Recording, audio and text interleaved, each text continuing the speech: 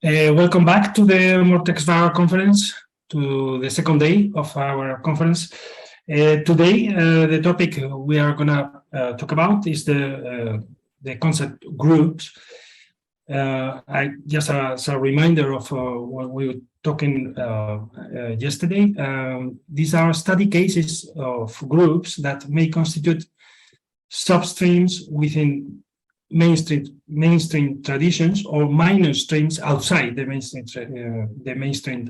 tradition. Today we are going to have some speakers on different topics like archaeology, social context of the funerary texts, and different groups of texts. And the session will be chaired today by Rune Njord from Emory University, Atlanta. Rune, you have the floor. Thank you very much. Good morning, everyone. Various other times around the globe. And thank you very much for the kind invitation to chair this session. We have an exciting program ahead of us today as well. So I think without further ado, let's get started. I'm very much looking forward to today's paper. So it's a great pleasure to welcome our first speaker, Seria Yamazaki from Waseda University, who will talk to us about repeating the ritual underground performance of the royal object ritual in the Middle Kingdom. Seria, please go ahead. Thank you.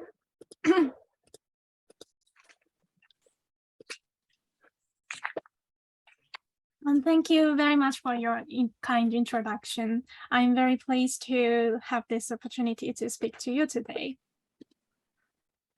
This paper examines the possibility that the royal object ritual was performed strategically in the Middle Kingdom.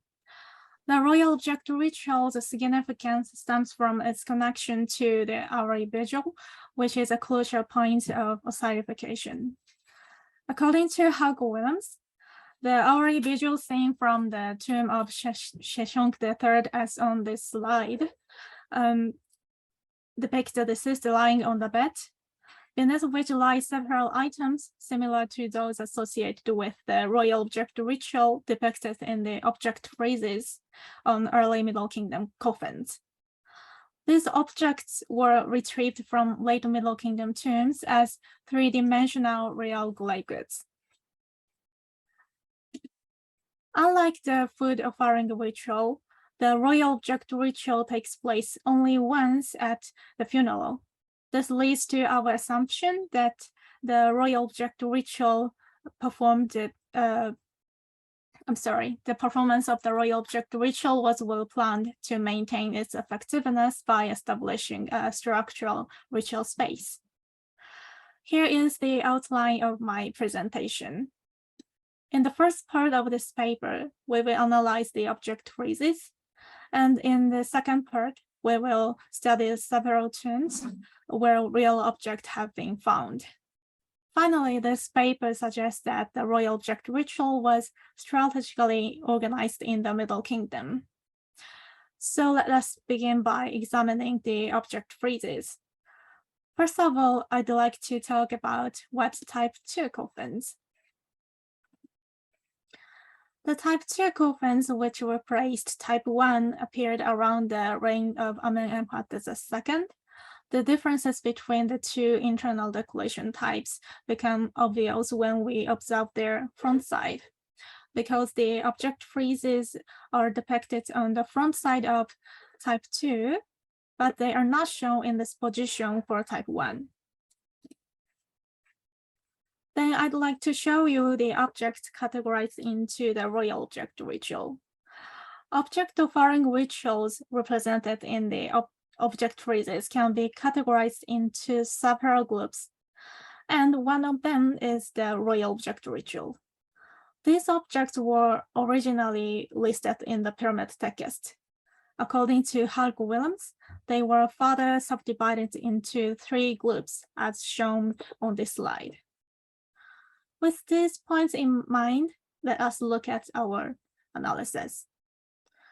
Prior to the analysis, Each label and the picture were organized by reading labels and identifying each picture as shown on this slide. Sorry for writing in Japanese. Over 1,000 objects associated with the royal object ritual are identified on these object coffins. As a result, the entire set of objects of the royal object ritual appeared on many type 2 coffins. In more detail, the Mekes scepters, for example, which were not usually represented on type 1 coffins, became an essential element on type 2 coffins. We can see more points of difference between type 1 and 2 in the depiction of the royal scepter offering. If you look at the royal scepter offering, it is noteworthy that some of them appeared in pairs on type 2 coffins, as these pictures show. And we can see in this figure that these pairs did not frequently appear on type 1 coffins. But if you look at type 2 coffins, it is clear that they became pairs. We have seen that the royal object ritual was particularly performed on type 2 coffins. So here we limit the discussion to the type 2 coffins to examine their layout on the front and the back side. First of all, the royal dress offerings, which are often represented on the back side, labels attached to them sometimes indicate a specific part of the body where the object is most strongly associated, like a tail at his hips. Next, the royal scepter offerings mainly appeared on the front side, except for Pejuaha scepters, which were often shown on the back side. However, there are cases where scepters other than Pejuaha were shown on the backside. In these cases, they appeared on both sides of the same coffin. For example, the coffin called M1C showed objects of the same kind on both sides. Even among them, some scepters were placed opposite one another on facing coffin sides as exactly as possible, a phenomenon called mirroring by Hauck-Williams. Moreover, this paper has clarified that there are also connections between the inner coffin and the outer coffin, and sometimes the middle coffin belonging to the same owner. For example, dagger, arrows, and Pejuaha are depicted on the back side of the inner coffin and on the front side of the outer coffin. In addition to this, a west scepter can be seen on the front side of the inner coffin and outer side of the back coffin. There are also several other cases like this. And the arrows in this figure indicate these connections. So far, we have focused on the internal decoration of the type 2 coffins, and it has been found that Pejuaha are often shown on the backside, unlike other scepters, which evokes the scene of the Aori visual, where several scepters are placed under the mummification bed, and a Pejuaha is put above the deceased back. It is obvious that the layout of the object friezes is considerably inspired by the ritual situation of the Aori visual. We have seen several other principles, and they highlight the importance of offering scepters again and again to the deceased in the coffin. Specifically, the objects of the royal object ritual are sometimes represented on the front and the back side of the same coffin, or of the inner and the outer coffins. It is possible that the objects are being offered to the deceased repetitively through this stratified layout. And also, new object pairs appeared, and some of them were not shown in the pyramid text. These pairs individually consist of the same object. For example, Heiju and Menu are both maces, while Abbott and Menkat are both forked chapters. It is possible that this overlap or dichotomy highlights the importance of referring them again and again to the deceased. In short, the body of the deceased was incorporated into the cosmos where painted objects are placed in a stratified way. More accurately, these objects might be surrounding the body in a stratified context, and they are being offered to the deceased again and again.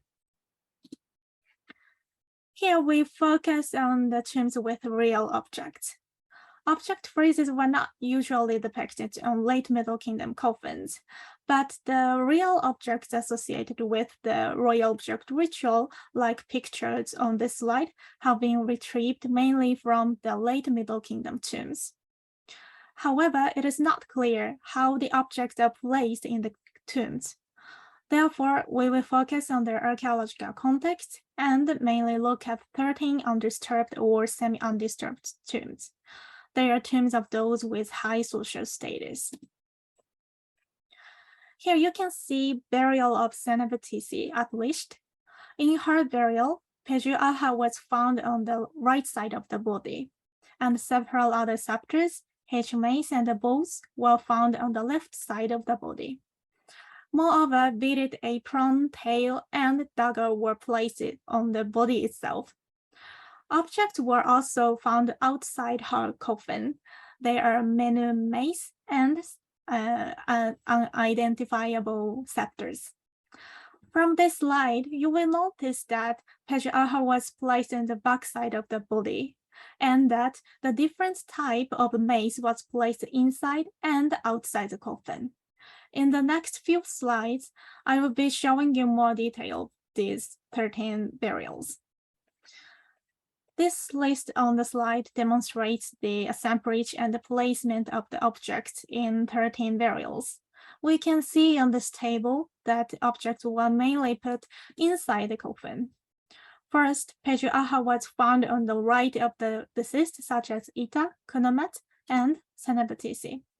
Second, if you look at on the body in this table, the dagger, sheep, beaded apron, tail, and sparrow-shaped amulet, which are royal dress offerings, was always placed on the body itself.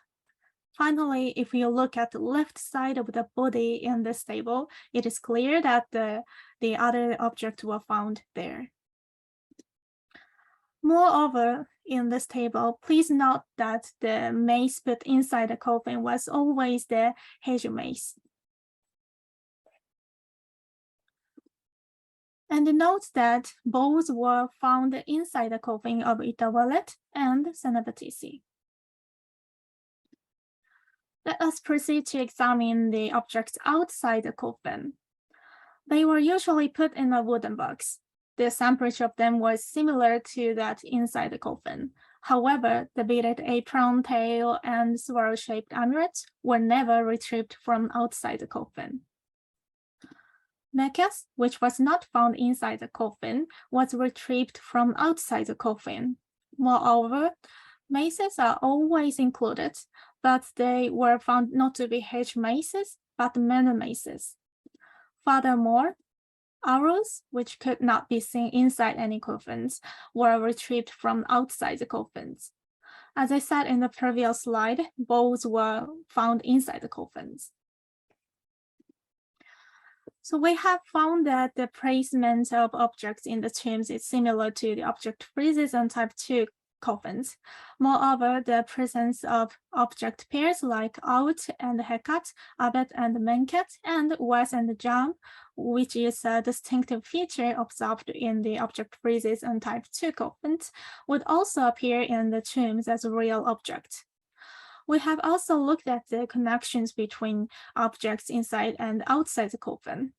Placing the objects at different locations suggests that it was important to perform this ritual again and again. Even more important is the fact that certain real objects like hedge and the menu maces, which were painted in pairs in the object friezes, were separately placed inside and outside the coffins. It is possible that the objects placed inside and outside the coffins were related, and they functioned mutually to complete and repeat the ritual in the tombs.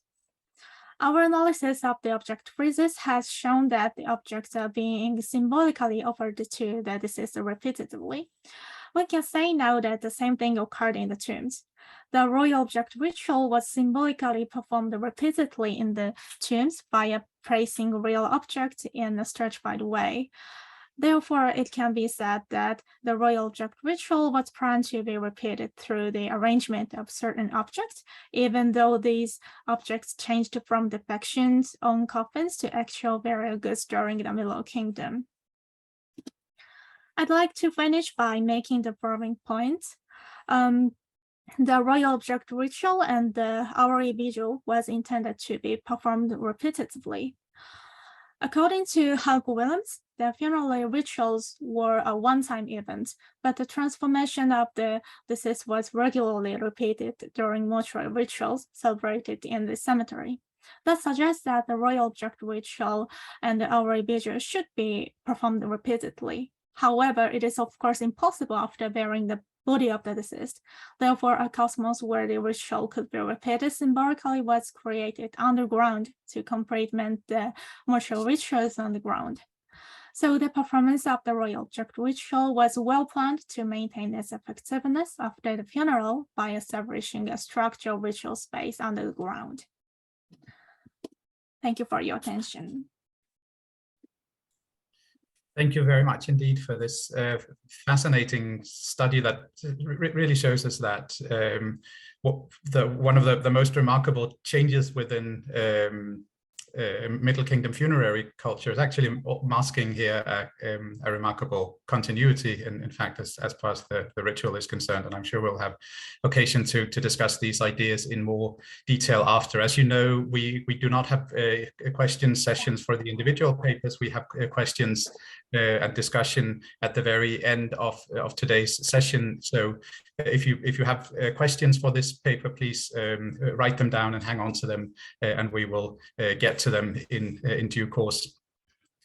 For now, it's my great pleasure to welcome our next speaker, Juan Carlos Moreno Garcia from CNRS in Paris, who will be giving a paper entitled Demiu Niutiu Citizens in the Pyramid Text and the Coffin Text in the Context of the Social and Political Changes that Occurred in Egypt at the Turn of the 3rd Millennium BC.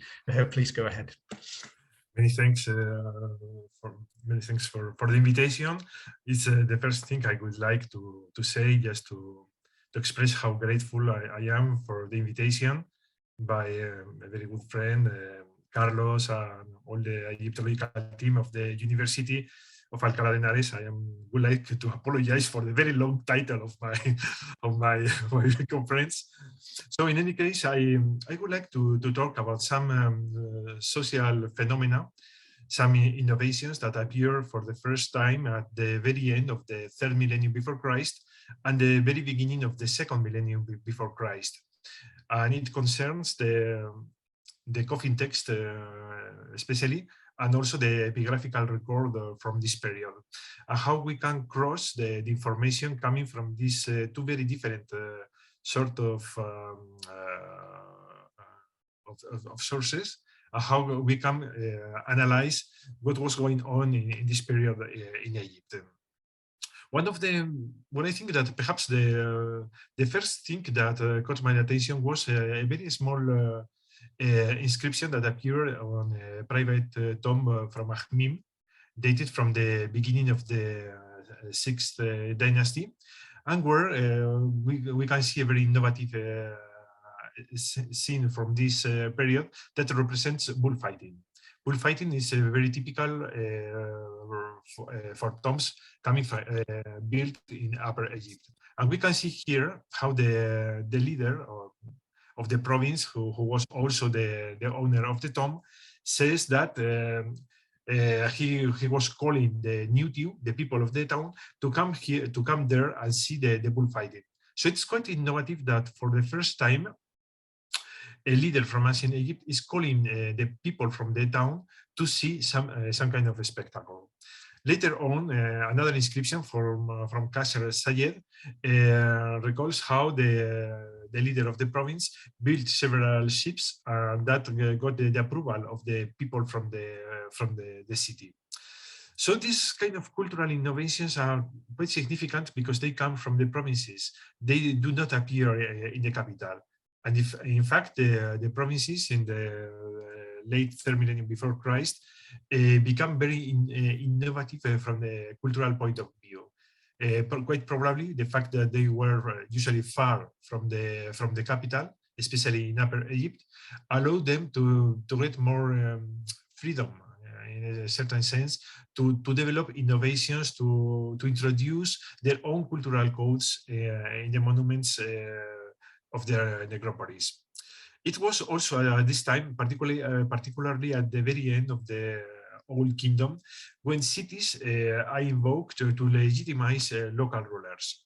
Local rulers say, well, I was one beloved of my city was behind me, supporting me, and so on.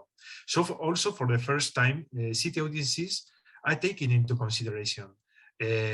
Officials, dignitaries, high administrators of the kingdom, they claim that their acts are being approved by the people of their cities and from the provinces. Their acts are also useful to their cities.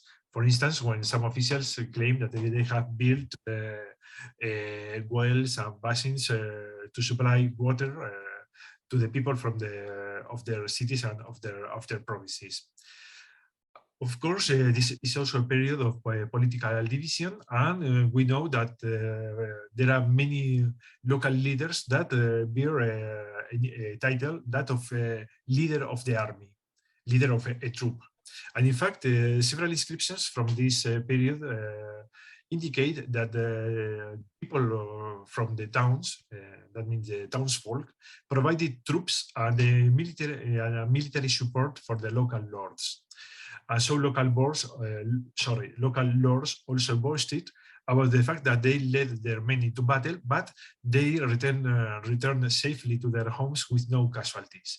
There was this kind of responsibility toward people from their own cities. That is why I found very striking that for the first time, the people from the city, the Newtiu, are mentioned in the coffin texts, and they are referred to as part of the social milieu, the social entourage of the officials. And they are worth mentioning alongside their other household members. Usually when we see the descriptions from the Old Kingdom and so on, they refer to the brothers, the sisters, the father, the mother, the wife of the owner of the tomb. In some cases, they also refer to the serfs, the meret, and so on. But during the first intermediate period, and especially in the coffin texts, the people from the city are also mentioned as people worth mentioning as being a significant part of the social entourage of the officials. I think that this can be explained because cities and towns became for the first time true nodes, true centers of political organization in Egypt, especially after the fragmentation of the country during the first intermediate period. It was a time where several local lords were fighting for power, for supremacy. There was not a single pharaoh acknowledged everywhere in Egypt, and who could provide legitimacy to the local rulers. So these local rulers apparently found that this new kind of legitimacy can be gained by invoking their fellow citizens and acting for the benefit of their cities. This was also another period in which city gods became a source of local identity and legitimacy. I think we know the famous inscription of Artifi of Moala, when he says that he went to the province of Edfu because Horus commanded him to do so. There has been a lot of discussion about to interpret if Horus refers to the king or simply to the god Horus. In any case, other officials from this period also refer to gods guiding their acts and their actions, especially in these troubled times. But there is also another term that appears in the coffin text and is very useful to analyze. It's the term demio. Demio means literally the people from the demi. So we should ask what is the demi? A demi refers to a very particular area of a city. It's the harbor area. So apparently demi became quite common, or became mentioned for the first time in several inscriptions from the first intermediate period. And the people living in the demio was also so important that they were also referred to in the coffin texts. So perhaps I think this may refer to a new reality. Is the importance of harbors and riverine traffic in Egypt during the first intermediate period. Quite counterintuitively, we can say that this was not a period of economic crisis, but in fact we can see that trade increased. There were commercial networks operating outside Egypt, sometimes led by people from Elephantine, like the inscription of Setka of Elephantine. But in other cases, archaeology proves that there were increasing contacts with the area of Greece, the Eastern Mediterranean, and so on. And perhaps that's why many officials from this period refer to the private possession of ships. In any case, this was also a period in which cities increased in size. For instance, Edfu during the Old Kingdom had a size more or less of about 8 hectares, and during the first intermediate period, it rose to 15 hectares. So that we can see that this importance of riverine traffic, perhaps trade, and so on, meant that the harbor areas of the cities became more important. And particularly in a period in which the older administrative structure of the kingdom had collapsed. We know that particularly during the late Old Kingdom, there was this network of royal estates built everywhere in every province in Egypt, called Hut, and they practically began to disappear in the epigraphic record. Finally, they almost disappeared during the Middle Kingdom. So we may infer that perhaps cities and harbor areas simply replace this former structure of the kingdom, and so that may explain why they became focus of economic activities. So I would like to conclude with just by evoking a literary composition, the teaching for Mary Carré. There is a lot of discussion about the actual date of this composition, probably dates from the second intermediate period, but it refers to events that are people of the first intermediate period. In any case, what is important for me is that a fragmentary passage of this text refers to city audiences that could be lured by demagogues and brought into rebellion. And quite significantly, rulers are supposed to kill these dangerous demagogues, but only if they came from another city, but not if they were fellow citizens. In this case, it was the eloquence that should be used to discredit these demagogues. In any case, I think that the coffin text echo the social changes happening at the end of the 3rd millennium before Christ, and cast some light over the social realities still badly known. And I think there is a lot of work to do to cross this the epigraphic evidence with the archaeological evidence and the information provided by the coffin text.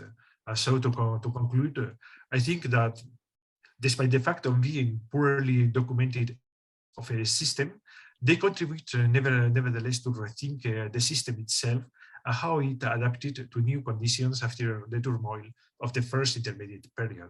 And well, I thank you very much for your attention.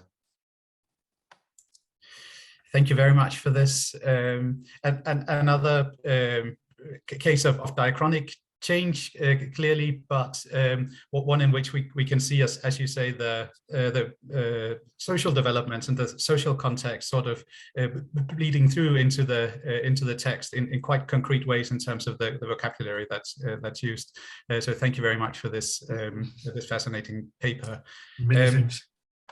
Once again, if you have questions, please hang on to them for the end, and we will move on to welcoming our next speaker, Cristel Alvarez from Brown University, who will be giving a paper entitled "New Spells, New Compilations, and the Concept of Variability in Sequences of Pyramid and Coffin Texts." Please go ahead. Thank you so much, Bruno, for this introduction. Can you all hear me? Yes. Can you hear me? Yeah, okay, perfect. Thank you. I would like also to just apologize for not being able to attend yesterday, all those fascinating talks, but I look forward to accessing the recordings. So as you may notice, I have slightly changed my title. So my research has indeed taken me in a slightly different direction while moving forward, and I'm addressing now the concept of variability in relation to orality in the transfer of ritual text, focusing on the spell PT 627b and later variants. So here are the sources on which I have based this research. So the spell that I just mentioned, which occurs in several pyramids of the Old Kingdoms in different levels of fragmentation.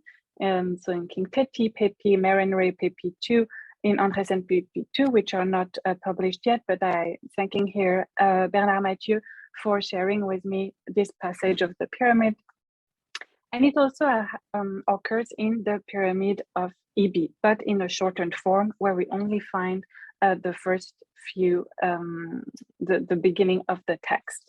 The other parallels that were already mentioned by Thomas George Allen in his cross-index of mortuary text are Coffin text 990, which occurs in two papyri, Papyrus Gardiner 2 and Papyrus Gardiner 3. And finally, CT 682, which occurs on the coffin of Diotinart from El Bersha. I've added here a new number, PTC 627C, which is a label that I have given to the text in the Pyramid of Ibi because the text was not numbered by Jequier. I refer to that text as unnumbered text in the previous paper, and I've decided now, for the time being, to give it the number 627C in order to keep this connection with spell 627. So let's just have a look a little bit at the different texts that we have in the Pyramid of Ibi referring to this material that I just mentioned. On the south wall, we have a very well preserved text. So the columns are almost completely preserved. And the first 5 columns can be identified as the text found in earlier pyramid. It follows the exact same text, but it interrupts it quite early on and juxtaposed another text that doesn't present that presents certain characteristics with the version known in older pyramids, but with a lot of different addition, new verbs, new nouns that have actually more parallels to later variants, such as those as Diotinart and Papyrus Gardiner. We have also several fragments, among which we have new ones. So for instance, the fragments on the top right is the fragments that we just found during last fieldwork in December, and that also belong to the same text. And you can see just that fragment F and G were already published by Jequier, but that we have a slight addition from the fragments that we found on the field. It was a little bit of a headache to understand how these fragments connected together, because you can see that the orientation of writing is different. So we do have one text that actually occurs on the south wall and the others that occur on the north. The orientation on the fragments is facing to the left. I investigated possible miscopying process, but actually here it seemed to be a little bit different, and the same arrangement that is found on the south wall seems to occur as well on the north wall, despite the different orientation. So while I was trying to investigate possible miscopying processes, as I have noticed in different sections of the pyramid of EB, this didn't seem to be related to the same process. And therefore, I've been investigating different avenues to understand the variants occurring in EB, which present characteristic with later one. The traditional method of textual criticism, the schemata method, cannot be used in this context because the text is too divergent. So in order to compare these different texts, I have compared the text at different levels. So I'm addressing in the paper structural variability within the text, within the order of different themes that occur, and within one section of the text, which I've selected, the Götter-Vergliederung. I am then investigating syntactical variability in terms of formulation, spelling, grammar, and so forth. So for the first point, I have tried to identify the different themes that occurred in these different spells. And you can see on the left, the identification of common themes that I have labeled A to I. So for instance, the first theme and the last theme are very easily recognizable in the different spells because they follow the same formulation.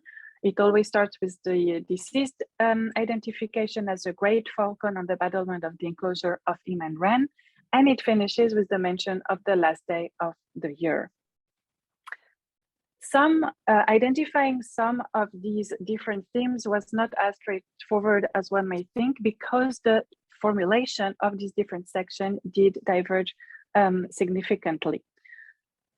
So in the table that you see on the right, I've tried to compare these different themes labeled A to I in the different occurrences by numbering them from 1 to 9, and you can see the number in bold.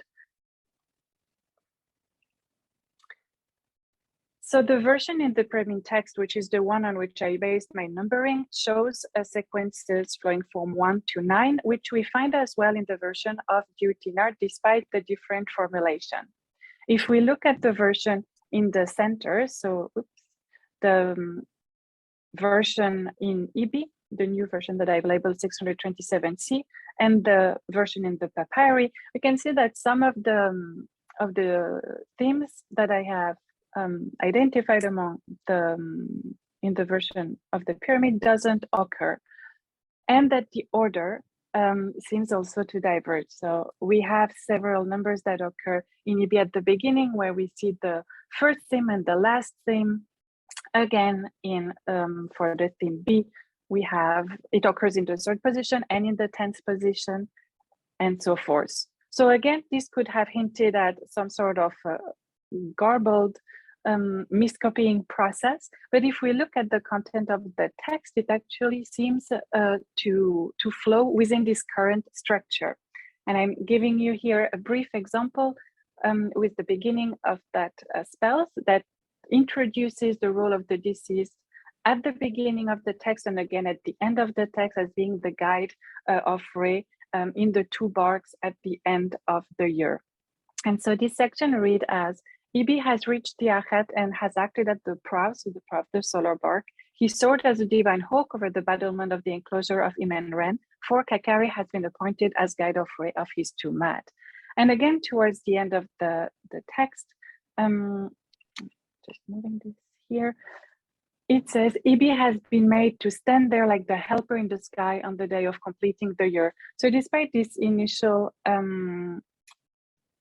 sort of garbled impression that we can get from the comparison, when reading the text, we have a feeling of a more coherent version. Moving on to a different section, now the Gliedervergöttung.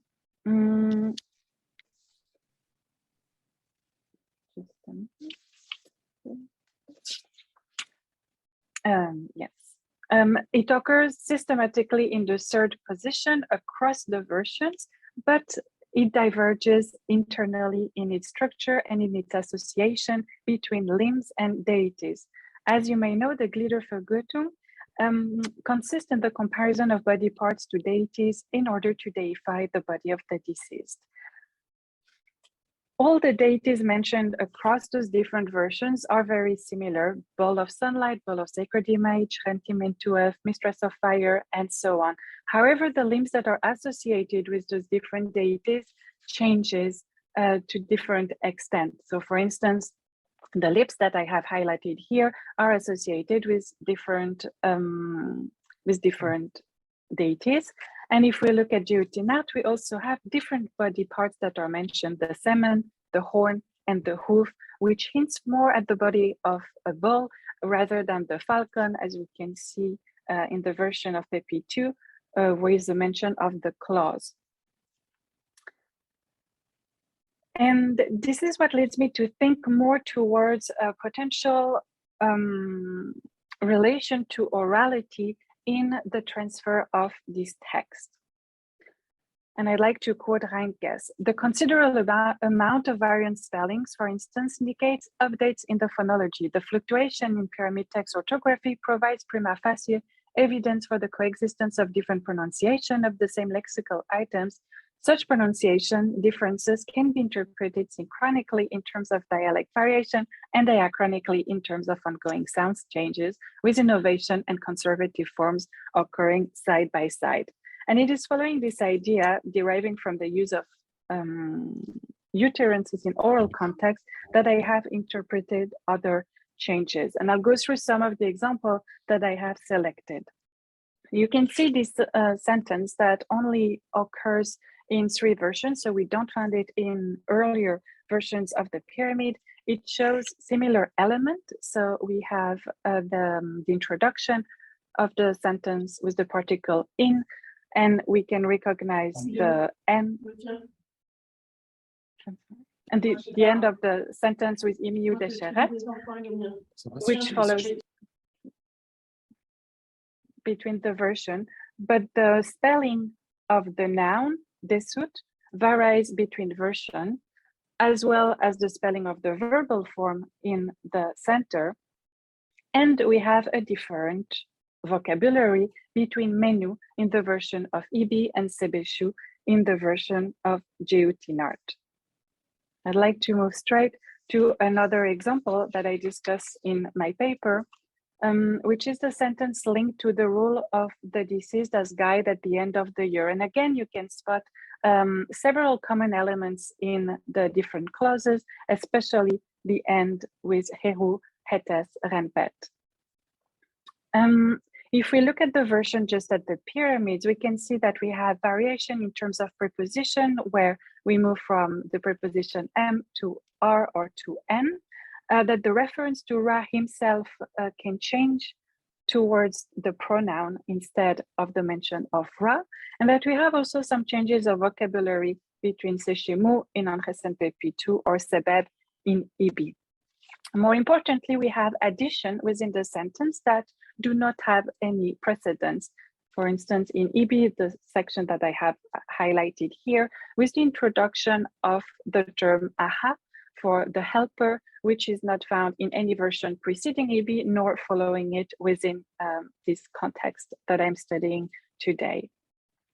And finally, when we look at Geotinart and Papyrus Gardiner, we can see that the beginning of the sentence also changed significantly with the addition of a different verb.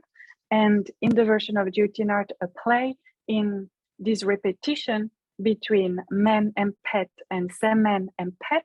And again, iterations in the second part of the sentence, where we found a similar introduction of the same components 3 times, M sebeb ur, M sara, M sebeb nehe, before finishing with Herupu and Hetes Rempet. So the version in Geotinart is actually the longest one because of this additional iteration, which hint at a more poetical form of the use of this spell, with this play of words at different level of the spell. A final example, just to continue on this idea of orality, is these sentences that refer to a location north of the island of Abu, Habu, Ahebu, Kau, and Habu, which are all spelled in different ways. So initially working on the text of EB, I spent a lot of time working and trying to identify this location and try to understand what was the correlation between these different spellings. And I came up to the thought that perhaps this was used more as a literary device for rhetorical effect, playing on a word consisting of a 3-consonant root and ending in U, which might have primacy over conveying the knowledge of an accurate location. Alternatively, it might also suggest that the passage or the toponym itself was not familiar to the ancient audience and that it was written based on different interpretation. We can see, for instance, that the first one in Teti, Abu, might evoke Elephantine, but if we look at the ones in the coffin text, Habu seems to be based on the verb hab, to send, and to have a slightly different understanding. So the structural, syntactical, grammatical, and orthographical variability that I have highlighted here very briefly show a creative and flexible development which could hardly derive from a written transmission. So instead, these features hint at a shared knowledge of core elements and formulaic clauses that we can find across different spells that were used in a context of performance and transmitted orally before being written down at different points in time. And these different textualization that occurred at different points in time would therefore account for the rendering of what seems a similar text in different textual rendering. Thank you very much for your attention.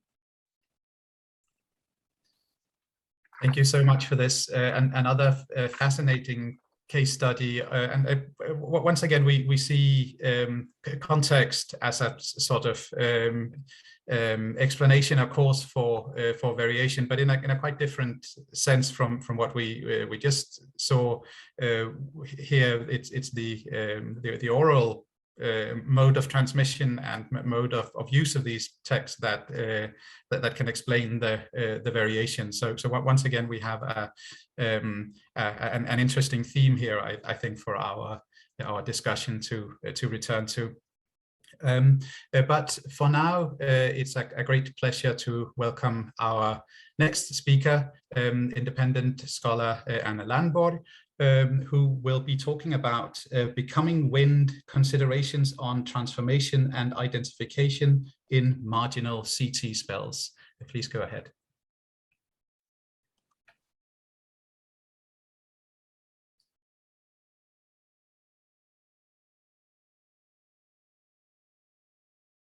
Sorry, I just needed to unmute myself. Thank you very much. And as people have said before me, thank you much for having me here and organizing this lovely workshop for us. So I've set consideration on some marginal spells and how they vary. So then, of course, need to start with what do they actually vary from in these transformation spells. So we have the transformation spells. A lot of you, I know, are more than familiar with them. We have these rubrics with Schepper or Schepper M, and normally translated as becoming or transforming into something, or the later variants of making manifestations into. And they are then normally followed by an actual being, for example, Harter, as in this case. Most commonly gods or birds in the coffin texts. And what is also, I shouldn't say kind of norm, but what is very common in the coffin text is to also find this kind of sentence in the body of the spell, where you first have the rubric becoming Harter, and then somewhere in the body of the spell also kind of identification between the speaker and the same being that we have in the rubric. Absolutely not the norm, not all the time, but it's common at least. And we have several examples of it. I will here focus quite a lot between the correlation between the rubric and what we find in the body of spell. We have a being in the rubric here, Horus or Heka. And when I say that someone is identified with something, I talk about this kind of sentences that says I am Heka, for example. And we have this kind of identification also in other types of rituals and other types of spells. For example, in medical text, where like here, mother and child, they identify the patient with Horus, you are Horus.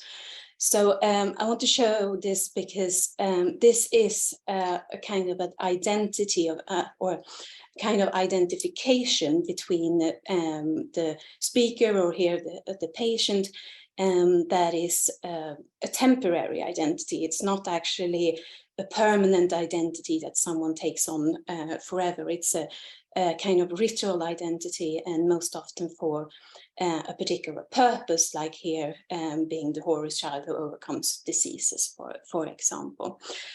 So it's probably made for a particular purpose. If we can always exactly tell that particular purpose is of course another thing, but I hope that we can in at least a number of cases. And I think kind of tend to think about this ritual identity as something that is taken on for as a result for a particular purpose. Sometimes I wonder if it has something to do, you know, you can say that I did my, or they could say, I did my Skepperu in this town, which means basically I grew up in that town. If it's sort of the same of passing through phases, that we also in a way pass through this identities or these Skepperus actually for a phase and for a particular purpose. Often we can tell the purpose of it, or we have, for example, for gods, it can be about authority or power or kinship. Birds, quite often about flying and passage, or of course the gods can, the birds can have connection to different gods. And of course, we have other kinds of being in these transformation spells as well. For example, as our share of the day has written about the scribe spells, and so on. But what is common for most of all these, that they are actually some kind of proper being. I was about to say actual being, but depends how you see Egyptian gods, but proper being, some kind of identity that they might not always identify with in the spell, but it's at least possible to identify with them because they are beings. Which then differs from my small little collection of spell, which I have here.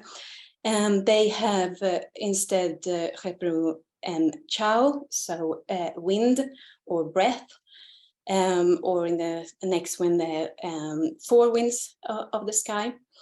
And in the last spell, it's only 4 spells in total. It's a Sedjet fire. So we will look at, I don't have time actually during this short presentation to go through all of them, but I will try to show you some examples, just enough to highlight some points. As you can see, it's a small collection of spells, only 4 admittedly, but they are attested on 10 different coffins belonging to 9 different people, as well as on Papyrus Gardener 2 and 3. They also have a nice geographical spread, so we can at least exclude that it's not a very local tradition somewhere. So to look at them a bit more in detail, the first one here, spell 223, has I've translated as manifesting as breath, or in an alternative version, spell for inhaling the breeze. I should also add that I translated it differently in my article. I ask you kindly to ignore that because I realized that it actually became quite confusing. So please ignore that and look at this translation instead.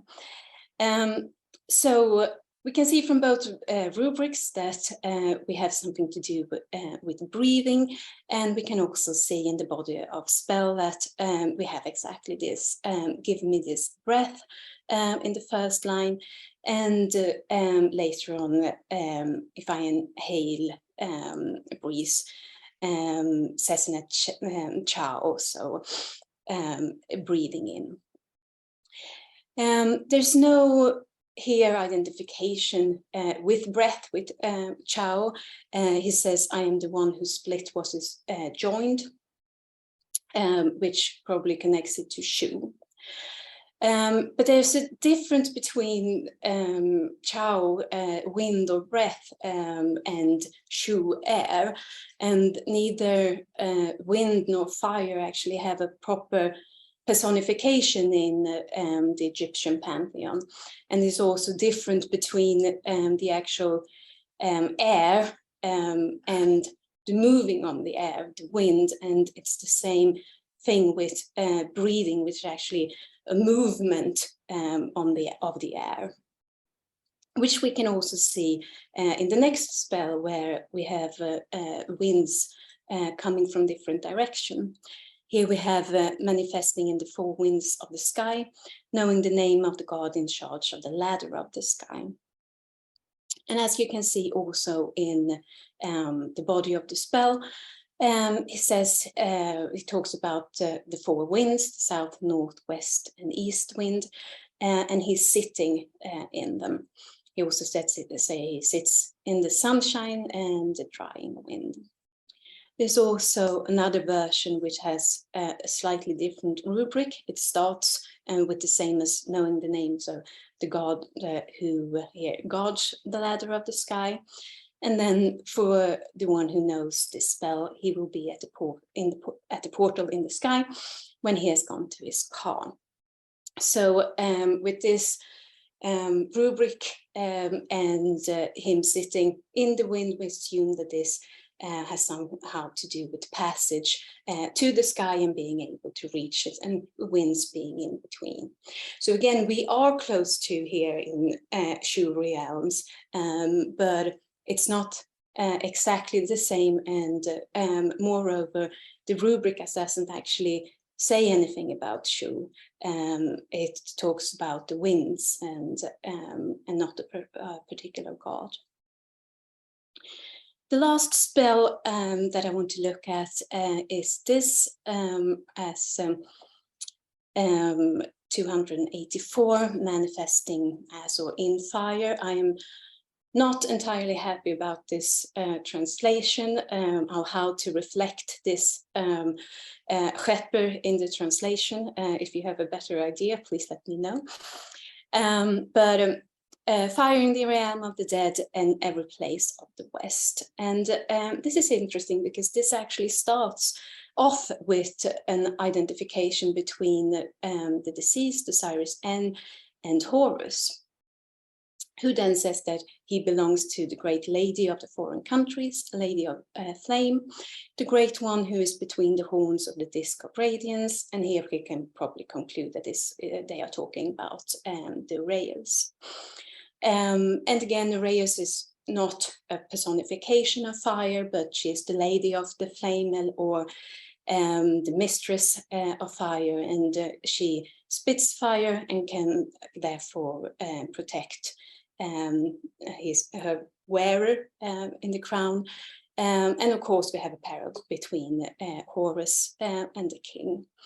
And the last line also talks about her rescuing Re from Apep. So we might assume that by Osiris-N being Horus, belonging to her, assumingly he also gains her protection. So at least that's my analysis of these particular spells. So if we look at a very simplified picture of what we can see in, for example, when we have rubric with the bird, and we can see that the purpose seems to be that they want to be able to fly, to have passage to the sky. We have the deceased either being identified with the bird or not, depends on the spell. But the result is that the deceased can then fly to the sky.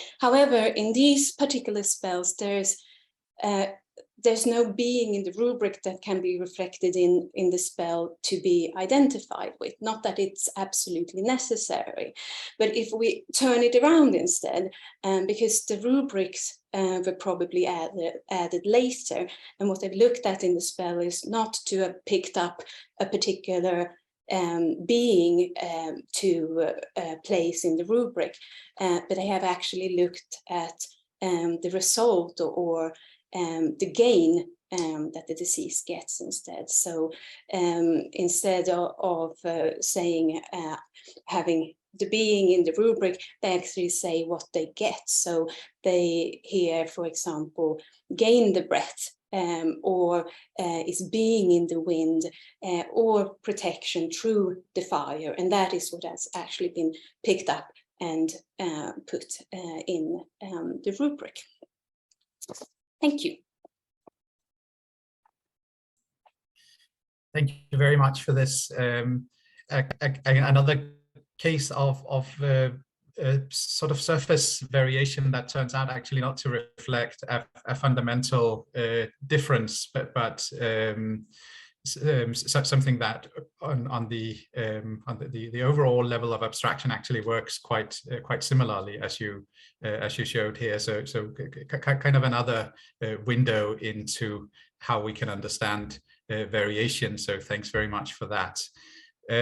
We will move on now to welcoming our next speaker, Jannik Wichmann from the Rheinische Friedrich-Wilhelms-Universität Bonn, who will be giving us a paper entitled "The Many Ways of Escaping from the Fishing Net Regarding Variability and Prehistory of a Spell Group."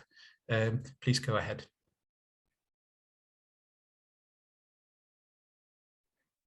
Hello, can you hear me? Yes? Yes. Yeah. Good. One of the capital dangers the deceased has to face in the netherworld is the giant fishing net, which block his passage. To avoid being caught, by this net, and to ensure his transfiguration among the Ach spirits, the deceased must demonstrate his knowledge of the net and its parts. For example, he has to know the netting needle, several types of knives, or the fishing net floats by their names, which are mostly equated with a deity's body part. In this way, the deceased demonstrates that he speaks the language of the spirits and can escape the net. The texts that provide this knowledge are called after Dino Bidoli Fangnetzsprüche, fishing net spells, and are attested from the coffin text on until the Roman period. Since the texts contain lots of technical terms of fishing and fouling, it is no wonder that the Egyptian scribes had several difficulties and approaches to understand those terms. Some of these difficulties already occur in the coffin texts and had a lasting impact on the textual transmission. In the late period, a major part of the contemporary fishing net spell version got a radical new meaning. In my master's thesis, which was supervised by Professor Ludwig Mohrens and Professor Joachim Quack, I studied the textual history of these spells in the Book of the Dead. Unsurprisingly, the most attestations of the fishing net spells can be found in Book of the Dead manuscripts. There are 3 fishing net spells in the Book of the Dead corpus: spell 153a, spell 153b, and spell 153. Spell 153 is the version which was used from the late period on and is an abridged successor of spell 153a, which got a postscript from spell 130. Spell 153b is an independent composition which is not attested after the so-called third intermediate period, because it only occurs in a particular manuscript tradition which was then abandoned. However, a broader group of fishing net spells exists in the coffin texts. It is quite clear that spell 474 is the direct antecessor of Book of the Dead spell 153a, while 475 is a fundamental element of spell 153b. But as you can see, de Boeck offers in his edition of the coffin text several fishing net spells more. Thus, it is an inevitable question to ask for the relations between the spells which live on in the Book of the Dead and the spells which were apparently abandoned with the beginning of the Book of the Dead tradition. Therefore, one of the two aims of my talk is to reconnoiter possible connections between these spells and detect methodological pitfalls. The other aim is to develop a possible prehistory of the textual tradition of the fishing net spells before they were adapted for funerary uses and so integrated in the textual universe of the coffin texts. I'll begin with the second aim. Fishing and fouling are undoubtedly very old cultural techniques which were quite present in the life of the ancient Egyptians. At some point, these techniques got sacralized and probably a bit later appropriated by kingship. By this means, a cultic royal fouling evolved latest by the early dynastic period, as Hartwig Altenmüller pointed out. We can see here a small tablet of King Devon, which seems to be the oldest attestation for royal fouling. In the context of royal fouling, it is often stated that there was a giant net used by the king. We encounter this idea first at the mortuary temple of Sahure, where the depiction of the net is unfortunately damaged, probably on purpose. And then just textual in the annals of Amenemhet II. This idea of the king taming the chaotic forces of nature was also, probably later, transformed to the ritual Retech Paut, subdue the humans, which occurs in temples primarily in the Greco-Roman period. The fishing net spells in the coffin texts, however, may also reflect the same idea of a giant net. It's a common topos in funerary texts that the netherworld is a world upside down, Egyptian emsechetchet. Instead of eating normal food, the deceased fears to eat excrement and to drink urine. And so the deceased appears on the wrong side of the net in the fishing net spells. The hunter became the hunted. Further, a Book of the Dead vignette of a papyrus in Boston shows us that the Retech Paut ritual and the fishing net spells can actually be parallelized. The demons in the vignette are animal-headed, and they seem to be the same animals as the major gods in the Retech Paut ritual. Especially the ram, which draws the hauling rope, can be equated with the god Knum Khentiwaref. This vignette matches the typical representation of the later ritual, which was first attested in the Ramesside period. Thus, the depiction of the ritual might be influenced by the Book of the Dead vignettes or vice versa, which would predate the ritual to the early 18th dynasty at least.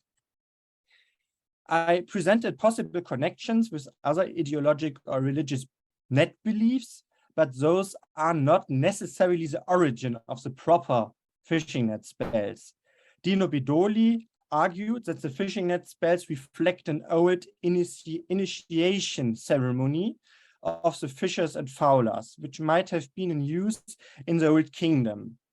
The apprentice elaborately demonstrates his knowledge about the paraphernalia for fishing and fowling. Later, these texts were adapted for funerary uses to answer the belief of an otherworldly giant net.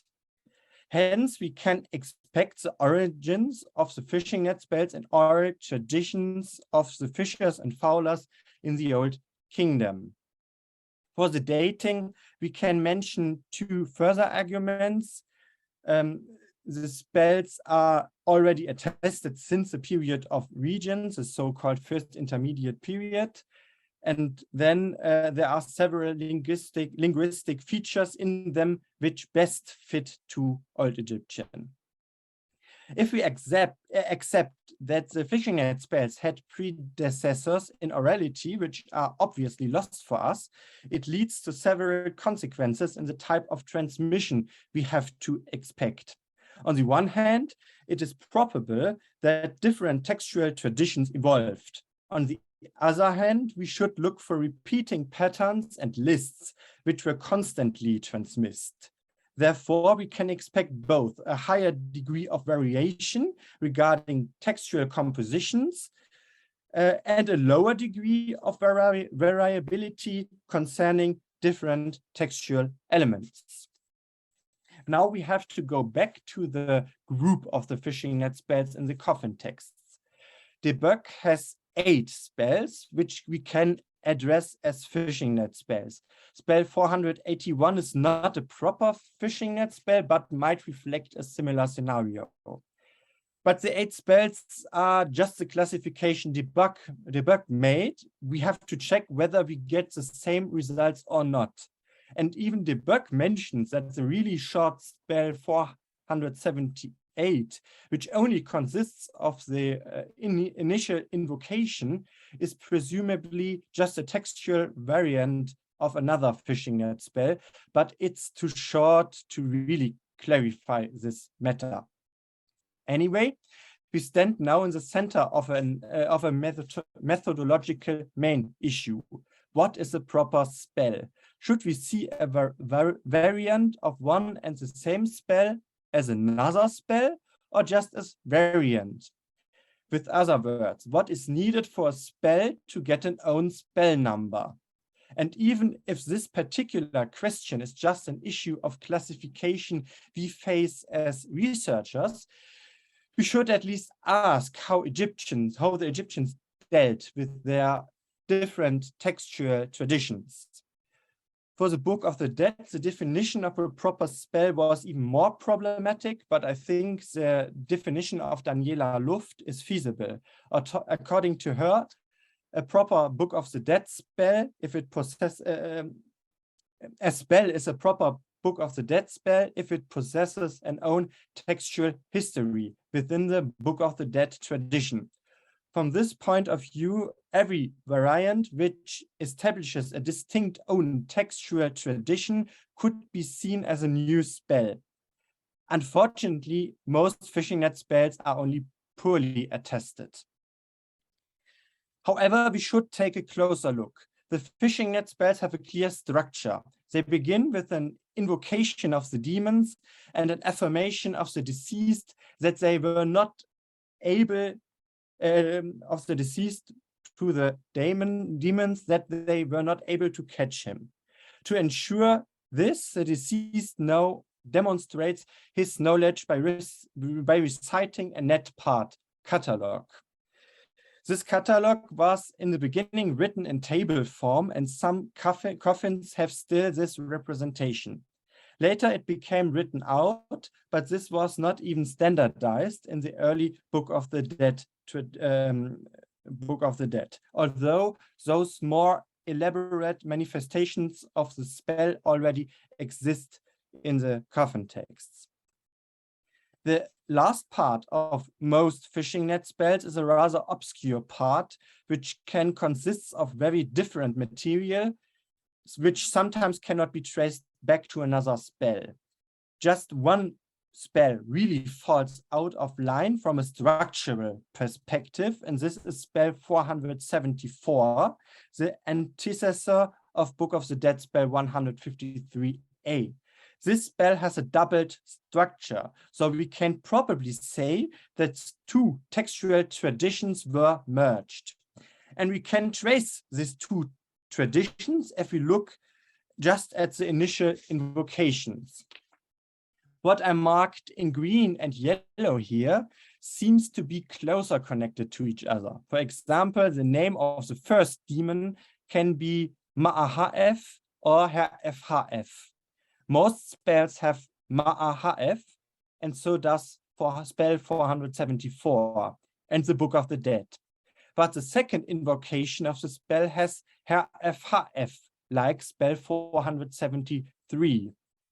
Therefore, we can identify a textual tradition which was the origin of spell 473 and the second part of 474, while the other spells seem more connected to the first part of spell 474.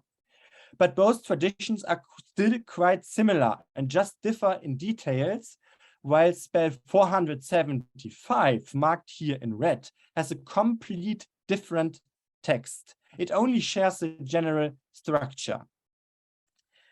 If we now undertook a first approach for a stemma, something like this could result. It seems to be quite obvious that both traditions of spell 400 of spell 474 share a same origin. But we really have to ask if this is also the case for spell 475, or if this is a totally independent composition which might be derived from an independent oral tradition. Finally, I want to show that this spell 475 is not even a proper spell, but just the part of a spell. If we look at the Book of the Dead spell 153b, we can see that just only the first part of this spell is structured like a proper fishing net spell, but it has a larger second part which originates from the coffin text spells 307 and 308. If we take a closer look in the coffin text, we can see that the coffin from Beni Hassan already has the same composition as the later Book of the Dead spell. For this reason, we clearly can say that spell 475 and also spell 308, which are not attested alone elsewhere, anywhere else, are no spells on their own. The Beni Hassan coffin, in fact, has already more or less the Book of the Dead spell. The middle part, which is called spell 307, is also the foundation of Book of the Dead spell 85. But apparently there are 3 different manifestations of this material in the coffin texts, and no version matches exactly the later version in the Book of the Dead. For this reason, all 3 spells rather reflect certain material which was used in the coffin text to create spells, but apart from 2 versions of spell 307, they were no individual spells on their own. We probably can expect that the materials used for Book of the Dead spell 153b and its proto-spell in the coffin texts were originally texts or parts of texts on their own. Thus, a proper second fishing net spell might existed on its own, maybe just orally, but we just have it in its rearranged form. As a conclusion, we can say that apparently different fishing net spell traditions existed. We would expect that textual variations mattered, at least in some way, if the Egyptians believed they needed certain knowledge to pass otherworldly dangers. But we have little possibilities to check in which extent this is really the case. A part of the textual variation we face might trace back to an older oral tradition. Another part evolved when the texts were already written down. At least for the fishing net spells, this seems to be the case. Thank you. Thank you very much indeed for this fascinating presentation. Once again, we see the sort of the question of textual traditions interplaying with obviously more less certain oral traditions, but where we can see sort of the tip of the iceberg, or the effects of those oral traditions. So I see a lot of connections between your paper and that of Cristel Alvarez. So I'm sure these are questions we'll also be returning to. Now, unfortunately, Antonio Morales was not able to join us today and give his paper. So this actually brings us to the end of the paper part of the session. So let's have a 15-minute break, and then we will come back for our discussion at well, it'll be 9:35 for me, I suppose 3:45 for most of you in your, no, sorry, 3:35 for those of you in Europe. All right, welcome back, everyone. I'm glad to see I didn't manage to muddy the waters completely by accidentally saying 3:45. We are in fact beginning now. This second part of our session is devoted to a discussion in the same format as yesterday, and just as a reminder, our the sort of common theme for our papers today was groups, identified as study cases of groups that may constitute substreams within mainstream traditions or minor streams outside the mainstream. So we can sort of think about the case studies in that light. Again, like yesterday, I believe our host has some questions that would be helpful for getting our discussion started. So I will pass the floor to Carlos. Thank you very much for taking in the first part of the session. Thank you for the speakers. These cases have been really enlightening, or made me think about many things that I've been thinking through the last years, working with this kind of repositories of text, the coffin text in particular. I think it's more than a question, it's a reflection of the material. Yesterday we saw that it's already complicated enough to interpret or to consider in the context certain individuals, certain very specific items. So when we deal with groups, this complication multiplies, in my opinion. And so I have the impression that many groups are, or many ensembles that we can identify like groups, depend on material factors more than conceptual ones. I mean, or a mixture of both. For example, I found fascinating the serious presentation that the pair of objects that are clearly linked in maces, for example, or some scepters, and they are like each item of the pair is like in one side of the coffin, so to say. The hedge mace is in the inside coffin, and the menu mace is in the outside coffin. It's like they're using this group, or the function of this group could be, from a material point of view, or very practical, to put together the whole ensemble, the whole funeral ensemble of one person. It's like these two conceptual elements are suturating or sewing the two parts of the main two parts of the burial equipment. Another thing that I was thinking about is that if we could have something similar with the spells, so with the specific spells inside group of spells. And I was thinking of the Fangnetzesprüche. Many of those spells are unique spells, which is quite curious. So we see them as a clearly thematic unit. They repeat, as Yannick has shown, a very determined structure, very consistent structure, with an introduction, the list of parts of the net, and so on. But mostly they appear only in a certain coffin, and but they are clearly a group for us when you as a readers, but they're like dispersed in reality. So how they are related? What does it mean? Why do you are writing many things in a coffin, and then you put one, but only one of the Fang-Netzesprüfe there? Because you have place, because it is related to the surrounding spells. We, for us, don't belong to the same book, to the same group. That's one question I find very interesting about groups.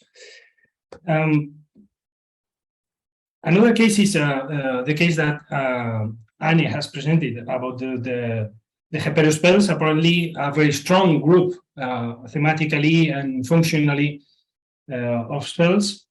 But clearly, I find very convincing the fact that the animation of the target, or the animation of the target, or the same level of the target and the source in the process of transformation, or the process of Hepero, whatever you want to call it, it's totally different when the two elements, A to B, are at the same level of animation, singularity, or specificity. If one of the two elements are different, then the meaning or the interpretation of the spell can be totally different.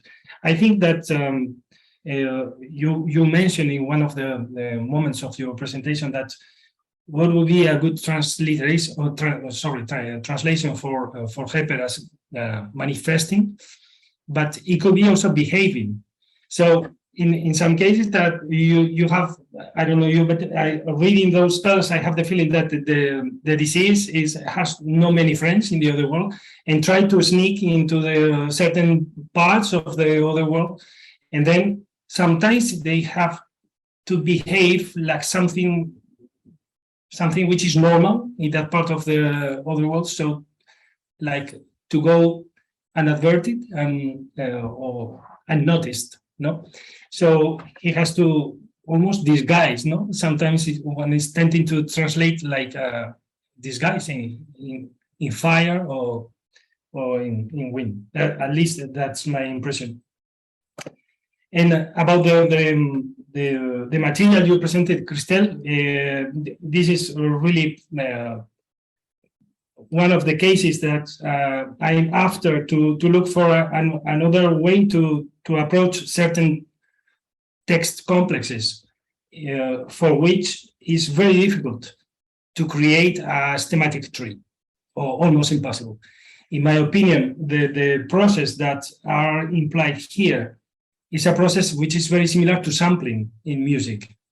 So to take a piece of different sources, different songs, or different noises that you feel that can match in a unit, and the only end is that the new match makes some sense, some meaning, and the restriction is probably the context in which you are using the support of the building or the coffin, where you need to put the text in. So the process of textualization is more similar to a patchwork than to a tree.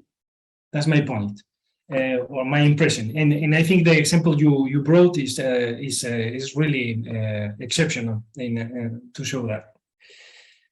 And well, that's it. That's just some sparse reflections about the problems that group, or the different functions, or functions that groups can play in different cases. And feel free to follow these ideas or put yourself on the table. Right. Thanks so much for these reactions and reflections on the papers. Do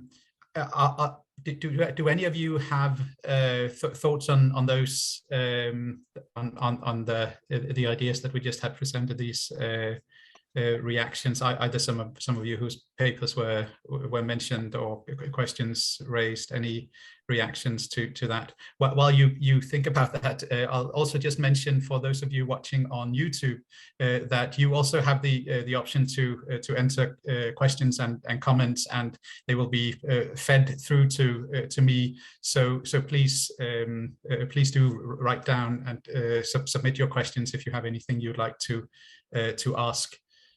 So any thoughts from the panel here on Zoom? Yes, Lita. Yes, thank you very much also for your ideas, Carlos. I really like the connection to music, and I imagine that this could not just work with view to the text, but so also including, for example, depictions of objects. So with view to what Seria showed us. So it's a question, the music is played with text and also with depictions or representations of objects, and could also maybe include objects of funeral equipment, so that the music is played in different levels or in different representations. So it's not just a question, or I have the idea that it's not just a question concerning the text, but also with other elements of the burials, also including depictions and the burial equipment. And I have a question, but maybe to Seria, but maybe Joachim might add something else to Carlos' ideas. Then I will ask my question later. Yeah, you can. You could ask it as well, but to catch on Carlos's ideas, one thing that you mentioned as disguising, this is actually one that I've been thinking of thanks to a few Capital lectures that I've been following. It is an idea of I got it from a game, weirdly enough, but they talk about mantling. So where you mantle a god, so you're not becoming god, but you are standing in forward in that exact position. And I have the feeling that these transformation spells have indeed that tendency to do. And although I do have to say that specifically for the capital spells with wind, I still have the feeling that there is a closer connection to the Book of Shu in the coffin text with your spells than you'd like. Of course, it's not mentioned there, and I don't disagree with your idea of how your final format works, but it's more a case that if you just look at spell 75, I'm the one who has exhaled of shape, I'm the one who's invisible of shape. Those are clear definitions towards wind or air in general, because it's something that you notice but you can't see unless something is inside it. So for me, there is a connection there between the Book of Shu in regarding to wind, but I do understand to go for a different group, and it still shows an intriguing section there. And additionally, thank you for the talk. Sorry, I'm really bad at names at times. Or for our first lecture, that he showed that there's mirroring between the inside for an inner coffin and outer coffin. There can be mirroring of the items, and I'm currently instantly wondering in how far that might actually also affect the spells that have been written on it as well. And there might be cases there that there might be some interesting stuff to look at there. So thank you for that, to pointing that out as well. Thank you so much. All right, thanks very much. Anna or Seria, do you have a reaction to some of these ideas? Yes, Anna is nodding. Please go ahead. Yes, if I could, since we touched my subject here. Yeah, to answer your question, the Book of the Winds, as I said, I do think that they are strongly connected, and Shu is also present, both in one of the spells that I showed you and another spells that I didn't have time to go through here as well. But also thank you for different suggestions on the translation, because my point is really that the rubrics in these particular spells, they are not actually about becoming wind. It's not of actually becoming something, because there's not an actual identity to become. But yes, I do agree there's strong connection. So yeah, thank you for the suggestions of behaving and disguising and mantling. That's really trying to get closer to describe what we actually have, instead of sticking to translation that I'm trying to move away from somehow.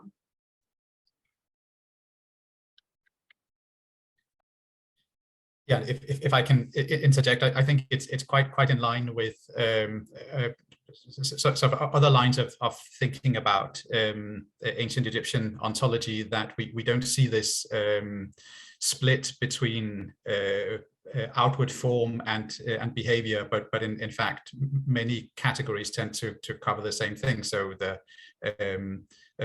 car, for instance, the notion of car determines or influences not just form and existence or essence, as we might say using Western philosophical notions, but also behavior, and that we don't have that clear split between a form that then behaves in a particular way, but actually it's a gradual process of becoming that involves both of those. So I think some of these ideas are clearly in line with that it's not about taking on an outward shape while remaining the same inside necessarily.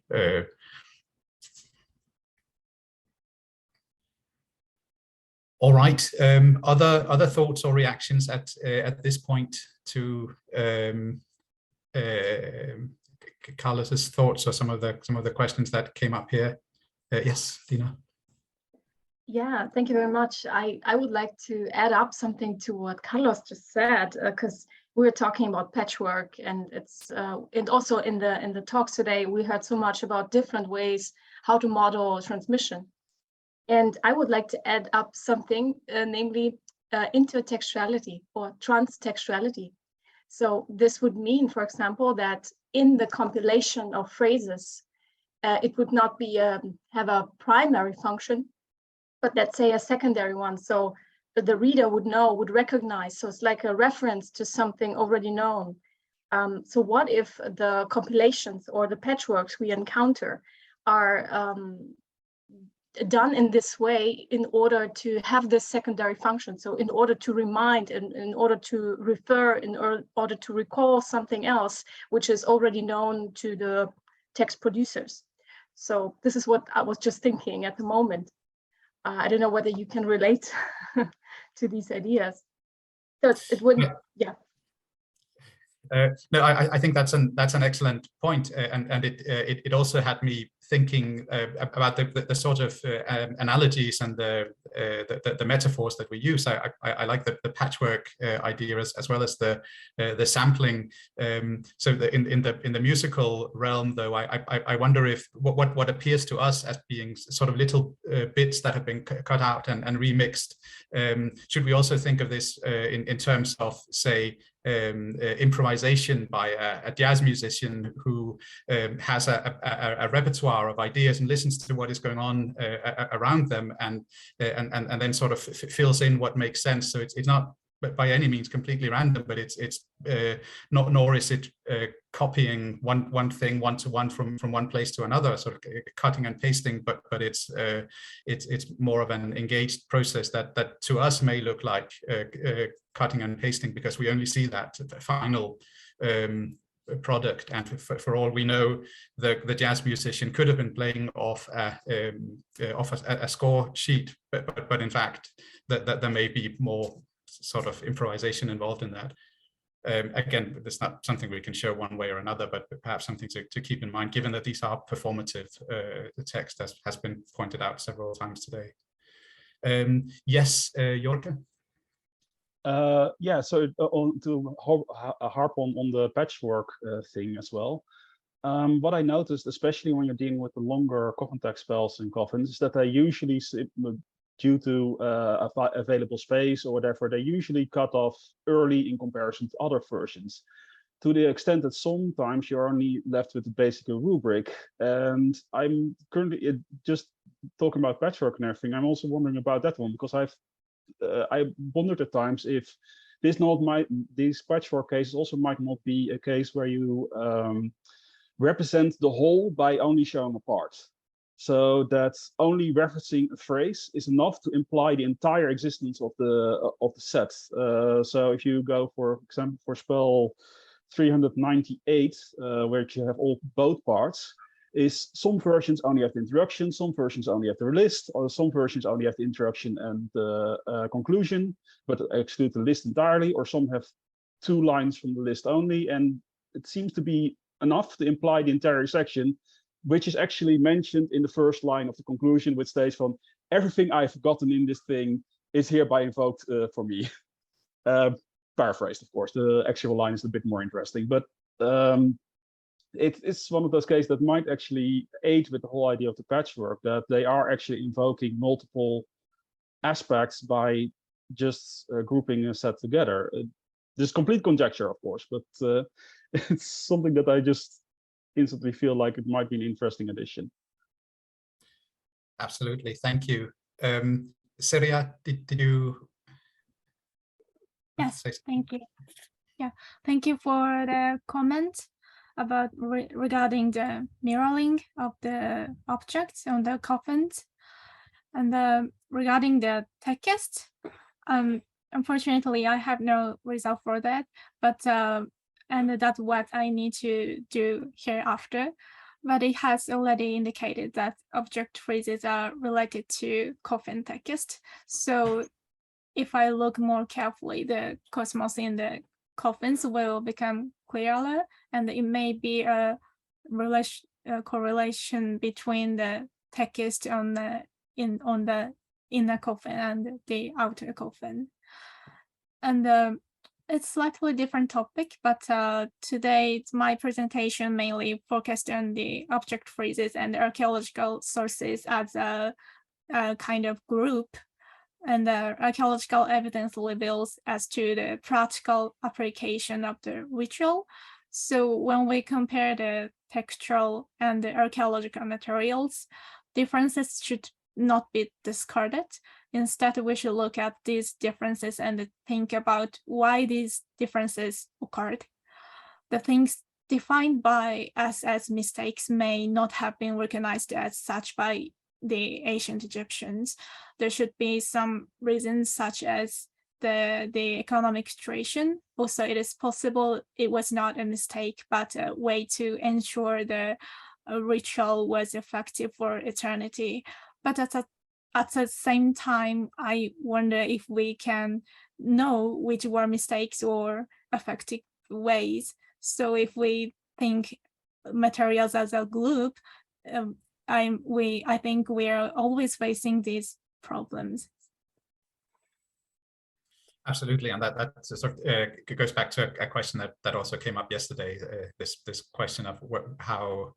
So obviously we tend to form our impression of what is correct, what is the right or the standard way of doing it by the majority of the cases, and then judging outliers can be tricky. Yes, Lisa, did you want to?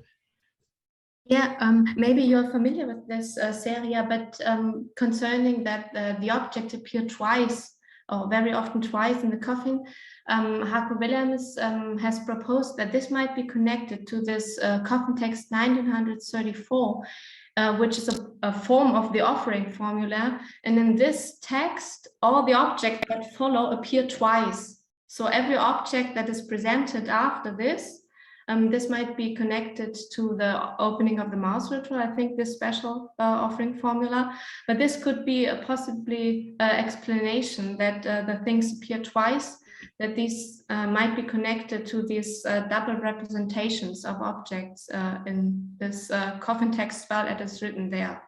Maybe this could be an idea. And now, since I have now the chance to ask my question, I will just jump in because you showed us very detailed the objects of the royal object ritual. And I was wondering how you see the distinction to the private offering ritual, because, for example, especially with view to some of these objects, the patch aha or the bows, they also appear in three-dimensional form already in early Middle Kingdom burials. And so here I'm very interested how you see this differentiation between royal object ritual and private object ritual. So is it possible to see a difference or to make a cut here, or how would you do that? Thank you. Could I answer now? Yes, please. Thank you for questions and comment.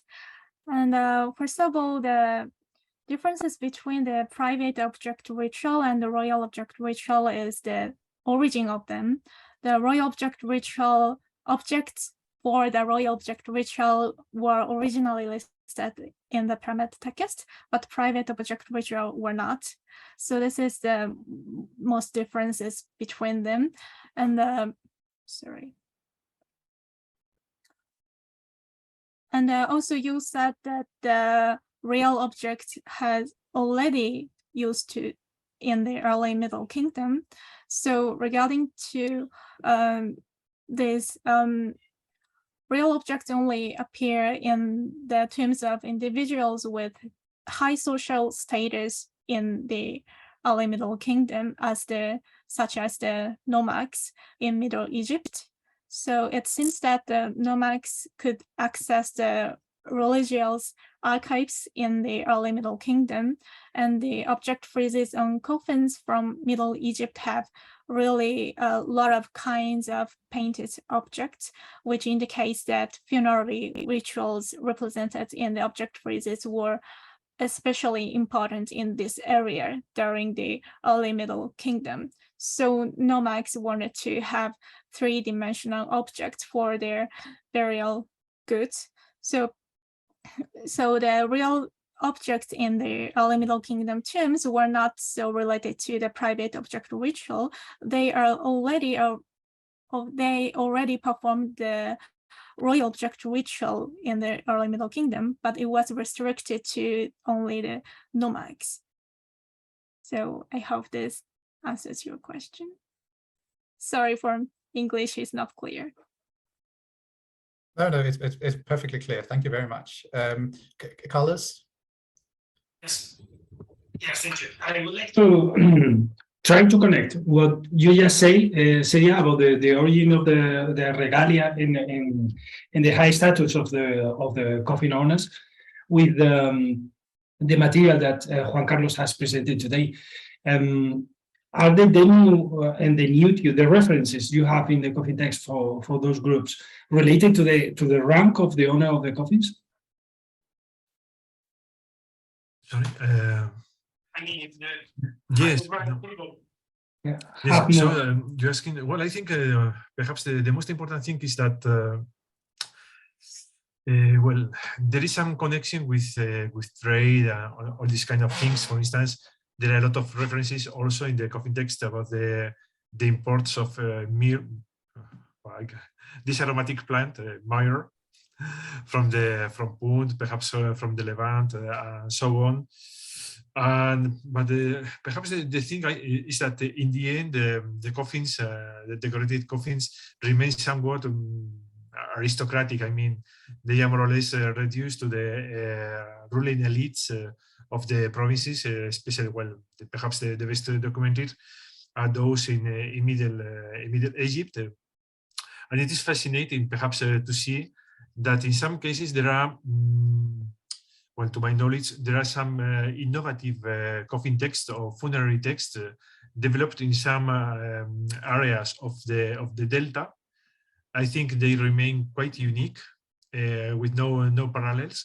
And when you put them on a map of Egypt, you can see that they appear at two axes of trading activities during the first intermediate period. On the one hand, we have some cases, I think, from Comel Hisna, the area of Comel Hisna in the western branch of the Nile, and on the other case is perhaps, if I remember well, from the area of Mendes, more or less, in the eastern delta. So it's quite extraordinary that some kind of innovations appear in areas that were quite active. They were involved in trading activities. They were thriving from the point of view of the development of urbanism and so on. But in the end, this kind of stuff, the decorated, inscribed coffin texts, always remain rather, in the end. I think they were mainly concentrated into the hands of the ruling elites of the provinces of Middle Egypt, some provinces of Upper Egypt, and so on.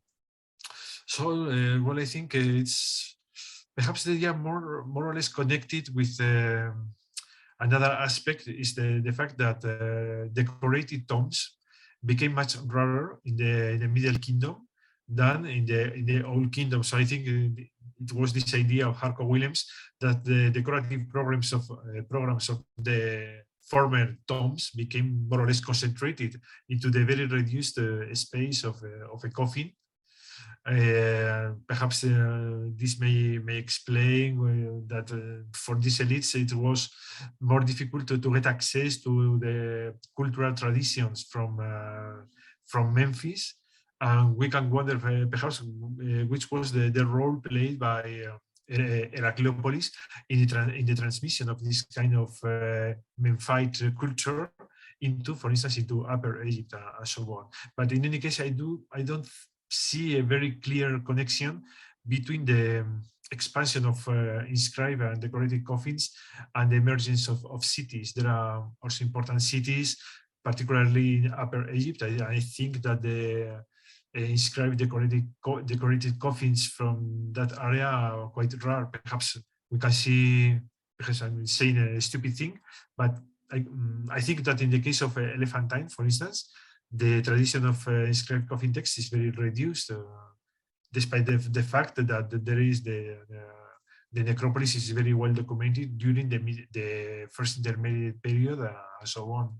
So we can find here that there is something that does not really match what we know from the archaeological point of view. It remained an important commercial city in the first intermediate period. It expanded. It became an important hub of trade. People there, the ruling elite was very rich. They had contacts with the Levant, with Byblos, with Punt, and so on. But I think that the number of decorated inscribed coffins from Elephantine is very reduced. I am not a specialist. Perhaps I'm saying a stupid thing, but that's my impression. It's not comparable at all with what was happening at the same time at Bershe, Meir, Beni Hassan, Asyut, and so on. Yeah, thank you. I think this group of spells for uniting the family are really fascinating, and they're open to quite different interpretations, of course, as Seidelmeyer and Willems have sort of looked at them from that social point of view of sort of being reunited with your dependents and loved ones in the afterlife, and so it's reflecting the social structure, whereas Hatshepsut's interpretation is quite different and has to do with astronomical phenomena and the idea of sort of the stars being you're united with the stars. I guess in the second of those interpretations, the role of the citizens would be much more conceptual, which would still show something about the social realities, but in a more indirect way, I suppose. Whereas if it's really the case that the owner of the coffin had in mind that they wanted to be reunited with everyone in their city, then presumably they had a particular social status that would make those citizens regard them as important in a similar way to the other material that you mentioned and that you cite in your paper, where it's clear that talking about cities, members of one's city, implies that you have a certain social status that makes you important to those people in the city, I would think. Yes, and especially I think there is this important fact of the importance of patronage networks in the first intermediate period. So the lord of the city, or the nobleman or noble woman of the city, became in some way the protectors of the city, the patrons of everybody. So I think it's a very important question, and perhaps that explains why this new reality, the citizens, the people living in the harbor areas, become integrated into the personal network, social network of the leaders of the city. So I agree completely with you. All right. Other thoughts on the discussions we've had so far, or general questions on any of the papers? Yes, Christelle. Just going to remove the hand. Yes. No, I thought it was, yeah, I mean, a lot of things have been mentioned which are very stimulating. I wanted to start first with a mention to the paper from Juan about what you said, that the coffin text echoed social changes, and that we had this introduction of new terms that were part of this new reality as at the time of the first intermediate period, Middle Kingdom, that also make their way into the text. And I think that's really particularly interesting into thinking how vocabulary also sort of was introduced at different points in times, and perhaps also, if I think again about the text that I showed, how vocabulary could be reactualized. So there were some instances where a word would be selected in one spell, but a word that was completely unrelated would be selected in another one, and wondering how also individuals thought about using certain terms that would make more sense within the context in which they were using their text. And if I continue with this idea, we've been talking about patchwork, which we find sometimes in a very clear way of patchwork, with this idea of taking two pieces of fabrics and sewing them together. When, for instance, in one of the texts that I showed, we have two instances of an older tradition already very well known in written context that has been sort of juxtaposed to another one. But sometimes we have also different modes of transmission that occur, and that seems not to be strictly relied on patchworking, but on using a knowledge, perhaps a core knowledge of a ritual, and using that core knowledge to structure a text. In cases such as oral ones, I'm thinking about mnemonic devices. So certain structure or formulation would be remembered, but not so much the words themselves or even the spelling of these different words. And that can also account for the variances that we really see within a lot of different spells, and when we struggle sometimes to actually find meaning with the way a word is can be written. As a last thought, if I may,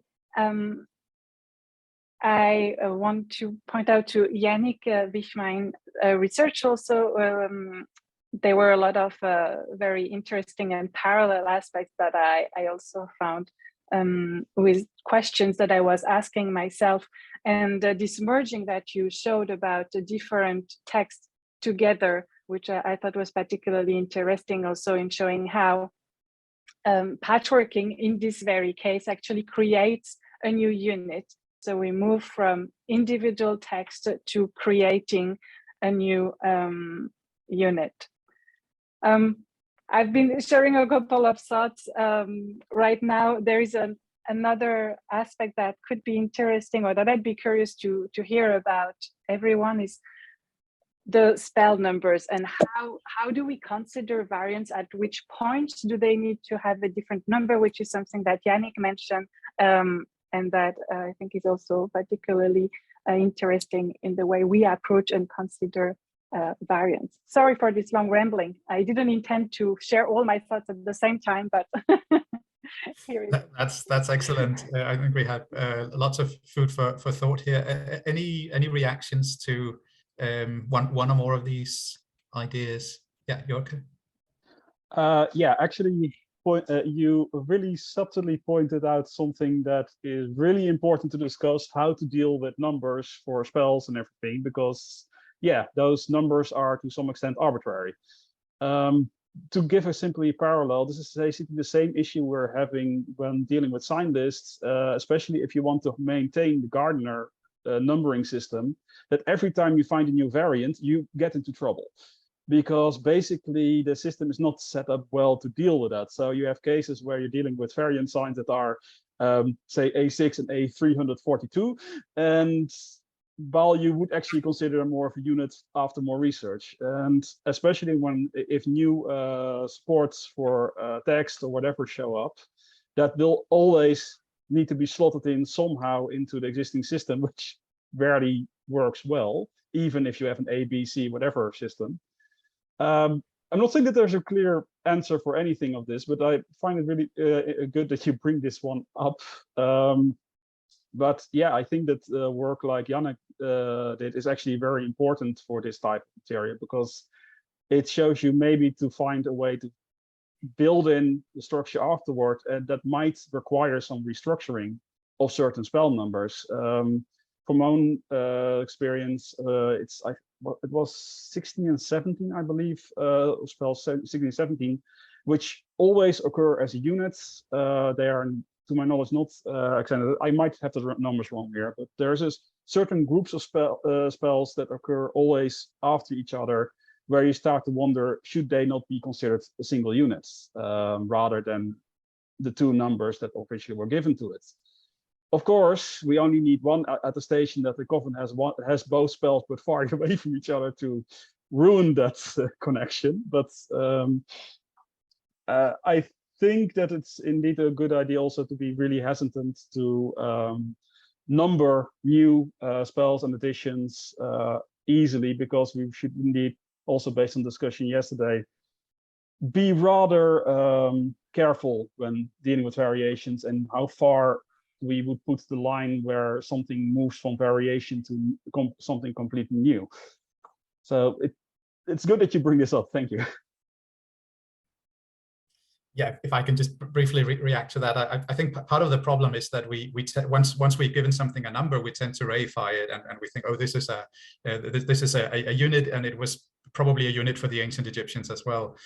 So in principle, what we could do is go back and look at the places where the ancient Egyptians themselves made some kind of demarcation and show that they regarded something new as beginning, and then sort of obviously they didn't always. In fact, they relatively rarely did that in some, or never in some manuscripts.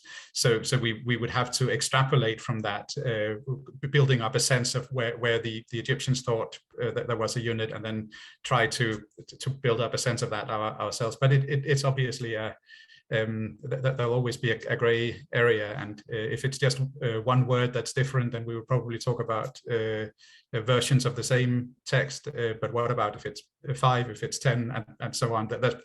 I don't think we can come up with any clear cutoff point, but we should just realize that we should try not to reify those things, and make clear that we're doing this to be able to communicate with each other, to make our colleagues know what text we are talking about and what we think we found in a manuscript, rather than thinking that this reflects either some objective reality or indeed the mind of the Egyptians in any exact way.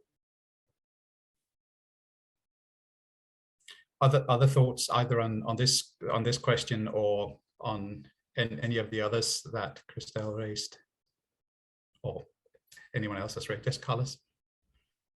Yeah, I was thinking after your words about the very good comparison between the list of signs in Gardner and the list of spells in the coffee text, for example, which are clearly just numbers for us to be able to talk about the Egyptian material.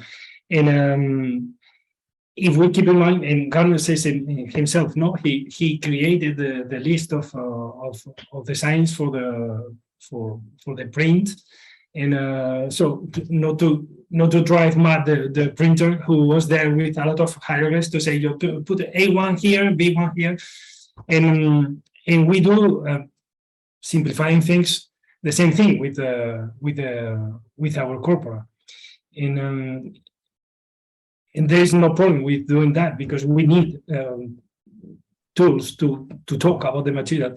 But if we keep in mind that that this is our talk, not the sources, and I think it's as the case of Christelle or Yannick has shown that we need to go to the sources again, not to the synoptical editions. We need to analyze why certain coffins or certain supports are done in a certain way. I think is the challenge for or the way in which we can advance or progress in our knowledge of the material.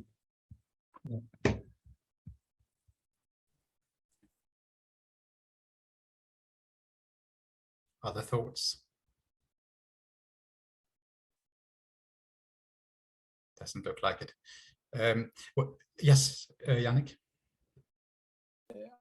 I have a totally different question to Christelle Alvarez, just a terminological question. You used the term Göttervergliedung also, which I don't know, and to my German it sounds a bit weird. So I want to know why you are using this term and what should it mean, because for me it would mean the opposite of Gliedervergottung. Okay, thank you very much for the question. So we often found in reference to this type of section either Göttervergliedung or Gliedervergöttung. If I remembered correctly, I think Ranke used the different terms, and I've been using this because there has already been research done about these sections that have these very standardized structures of comparing the limbs to deities, and that are usually referred to this way, using and referring to the German term. But it's interesting that you mentioned that it doesn't make sense to you, but there are two terms that have been used. I know that Rune, you've been working on Göttervergliedung. Perhaps you have another comment about that. I think I call it Gliedervergöttung just because that's the prevalent term in the literature, and I guess it is about, or to the extent we think it's about divinizing the limbs, then it would be Gliedervergöttung, whereas if I guess if it's about limping the gods, then it's the other way around. Okay. But and in fact we do find sort of conceptually there are two different things going on. So one of them is to take individual limbs, as we had in your text. Your eyes are this, that, and the other god, but we also get you are the eyes of some god, and I guess you could call that Göttervergliedung in a certain sense, but I think I've been using Gliedervergöttung, which also seems to me to be the more logical or sort of what captures the phenomenon best in what we find in most of the sources. But I mean, I guess there's no real reason why we couldn't just call it divinization of the limbs if we're writing in English, or the equivalent if we're writing in French, and so on. So it's kind of a well, one of these relics that we also have in Fangnetzsprüche and so on, that it happened to be named in a particular language first, and then we're sort of Stundenwachen, or those, which again, it's fine as long as we know what we're talking about, but it's sort of really reflective of the contingencies of research history more than the strictly conceptual logic, I guess. Randzeile, yeah.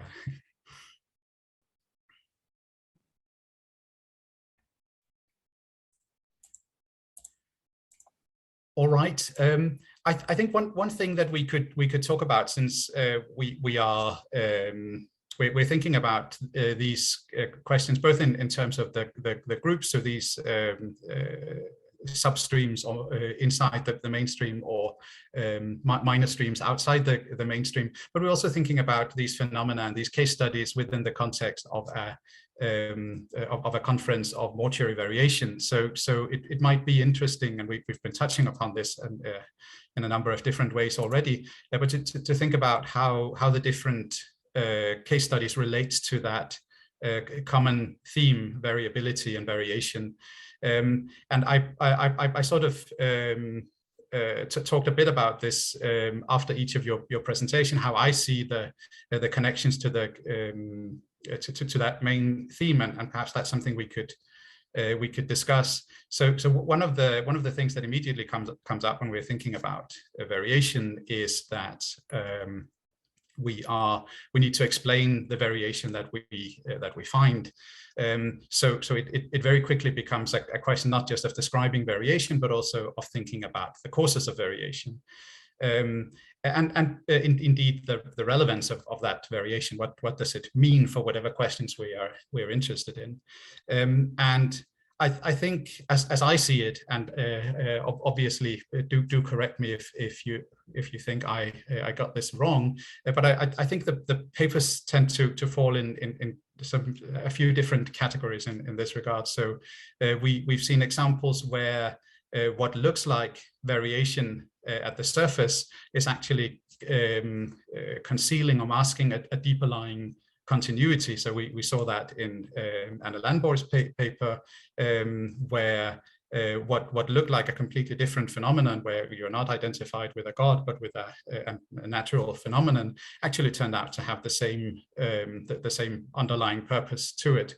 And similarly, we saw that in Seria Yamazaki's paper as well, where we saw a major change in burial practices from the early to the late Middle Kingdom, as far as the royal object ritual is concerned, actually displaying remarkably similar characteristics. Then, so that would be one group of case studies where surface variation conceals a deeper lying continuity. And another group might be that surface variation can be explained either by textual traditions, including the availability of manuscripts and so on, and or oral transmission, and often in some kind of interplay that can be difficult to detect. And this is where I would see Christelle Alvarez and Yannick Wichmann's papers falling into. And then we have the idea that surface variation can be explained by changes in context, which is sort of overlapping if we think of orality also as a type of context, but more clearly perhaps with the social context that Juan Carlos Moreno Garcia talked about, where we see things showing up in the funerary domain, specifically in the funerary texts, that are sort of reflective of new social structures, new hierarchies, and so on. So I guess my first question along those lines would be: is that a fair characterization? Have I been grossly simplifying your arguments, or do you think you would make a different argument in relation to that overall concept of variability? Any thoughts on that?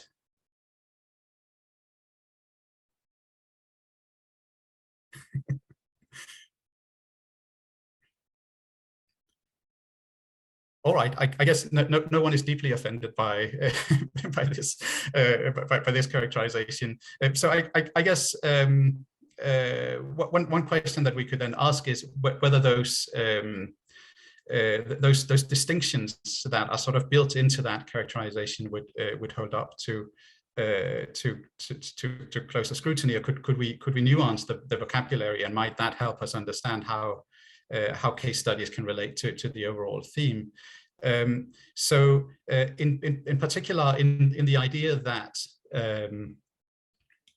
surface variation masks deeper seated continuity, we have obviously a distinction between form and content, so that the content continues, the form changes.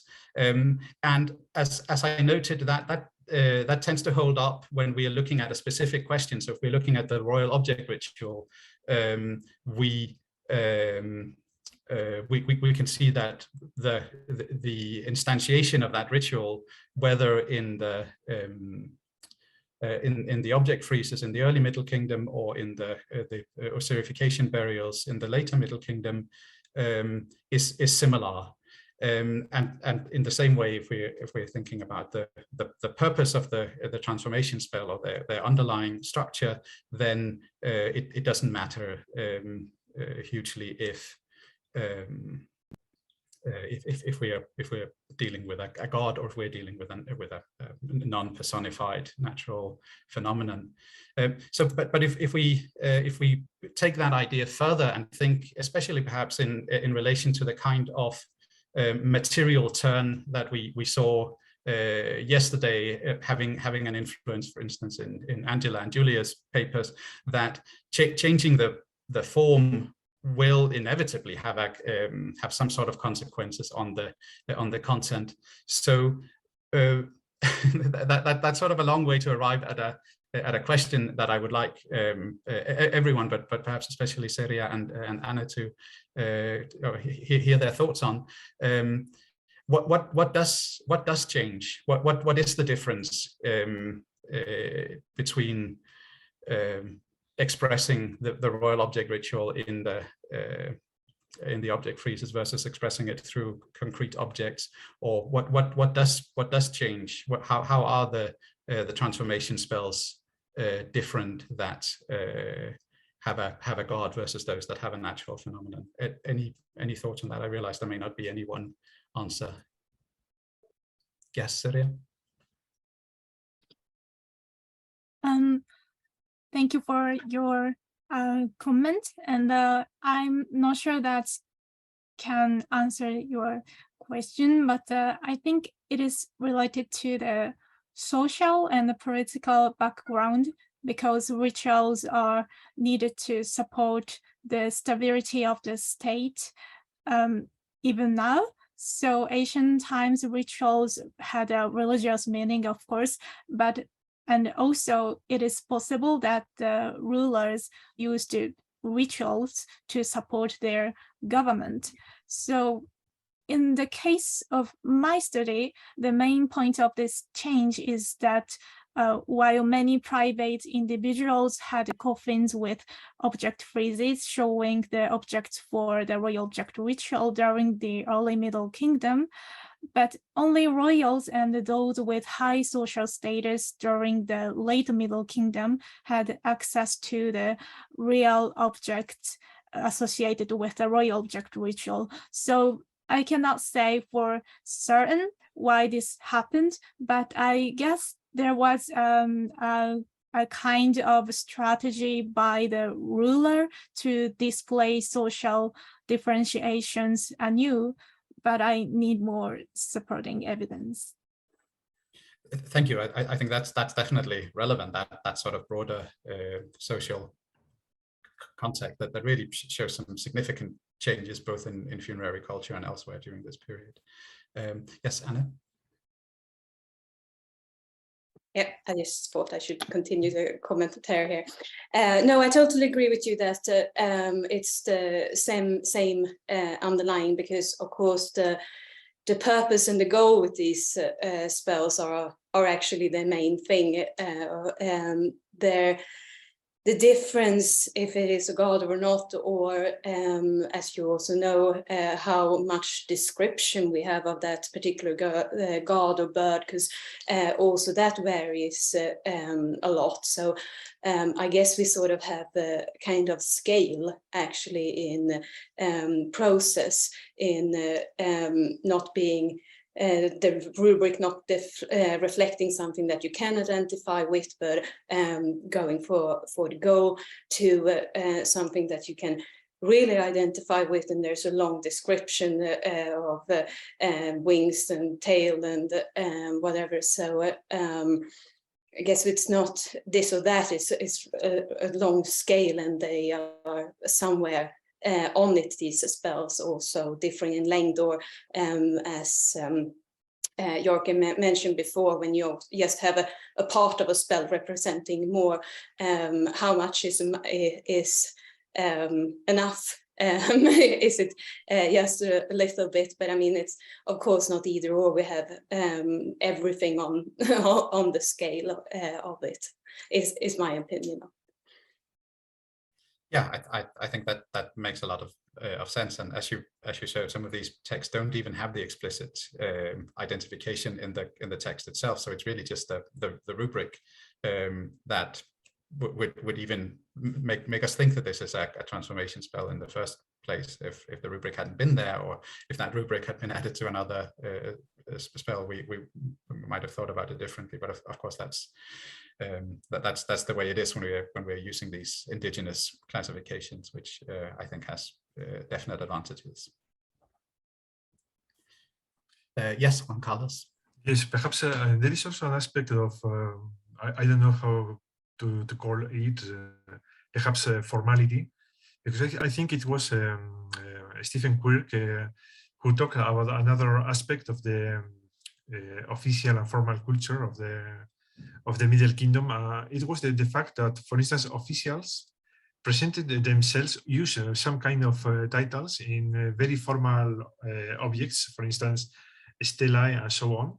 But in the documents of their everyday activities, they use a completely different set of titles sometimes. For instance, in the papyri, in the administrative papyri, and so on. So perhaps, well, I don't know if this if something similar happened, for instance, in the domain of the funerary culture. I mean, there were some aspects that somebody could manifest or express. In other cases, perhaps there was some kind of restriction. People restricted themselves to use some symbols of power, to put them on their tombs and so on, like Seria said. Perhaps it was easier for everybody to draw these objects on the coffins, but the actual use of them to put them in their coffins or in their tombs was a completely different matter of fact. Perhaps it was restricted to some kind of very high elite and so on. So well, it's just a small thought that came to my mind by listening to your conference. Yeah, I think that's a good point, and it's interesting in discussing these things. If we'd been doing that 20 years ago, then no doubt by now the notion of democratization would have come up several times. It hasn't, and I'm not sure that's a bad thing, but that's a definite social element to this as well. Yes, Carlos. Yes. I was thinking, Juan Carlos, the example you bring in your paper in Coffin Text 3, 1991, which you quote, to stand up for me and hundreds to sit down for me as my brother and my sister. This is a way of really to put the disease in a milieu in which he feels like being equal to the other. So the expression of aha and hemsi is one expression very similar, not to what we call protocol, as Raila has brought to in some article. So the idea that the disease is entering a new space, a new social space also, and he needs to be recognized is implied by this movement that you stand when the other stands, and you see it when the other see it. And also you are called a brother and sister. So you are at the level of Zen, that relationship which is of an equal, a similar. Yeah, there is also the point perhaps about the literary compositions in this period. They appear for the first time. Richard Parkinson, for instance, discussed about the fact that they were, it was not a private lecture, but a private reading, but they were displayed in the context of ceremonies at the court of governors, obviously kings, and so on. So there are some other manifestations of texts that appear in this period. They are used in ways where it's difficult for us to think. I can think, for instance, in the dramatic Ramesseum papyrus. It's the same thing. It is, to my knowledge, the first time that it appears, this written composition that describes these aspects of kingship, ideology, and so on. So I think for the first time, perhaps something that remained more private in the Old Kingdom appears, is expressed and manifests itself. But certainly there was some kind of gradation in the use of all these kind of things. For instance, in the Old Kingdom, we have these inscriptions that say that the lector priest should read this sacred knowledge. What was that? Perhaps some kind of precedent of the coffin texts. And in the afterwards, in the first intermediate period, these sacred texts finally appear. Well, if they are the same thing, but we see that there was a formal dimension, some kind of formality that allowed to express certain cultural values, oral compositions that formally remain in the realm of the oral world, and now and then were expressed in written, some kind of written expressions. It's the same thing like the letters to the dead that appear also at this time in the first intermediate period. Surely they were, this kind of communication with the dead was only oral in former periods, and for a short period of time they become, in some cases, they were written. So I think this was a very innovative period, in which there were a lot of experimentation with the use of writing. So there was a diversity. There were plenty of local traditions. Perhaps in some areas of Egypt, people was more accustomed to the use of writing for a lot of purposes. In other areas, not. That makes express why people wanted to have their coffins inscribed and decorated. Perhaps in other areas of Egypt, they were more reluctant because they thought it was a kind of too innovative or something like that. Well, we don't know, no? But I think it was a very effervescent period for cultural innovation. Absolutely, thank you. Jorge? Yeah, sorry to ruin your day a bit and bring up democratization for a bit. I actually find it rather intriguing if you take Syria's work in comparison to it. And I am extremely oversimplifying this now, but that's basically the additional items and everything start to show up in a slightly later period in the Middle Kingdom, at least as I understood it, and that it actually would argue strongly against democratization, because you would expect that the aspects of that when the nomarchs are starting to move towards decline, that then they start to get more royal access that would completely counter it. So like I said, I'm utterly oversimplifying this one here.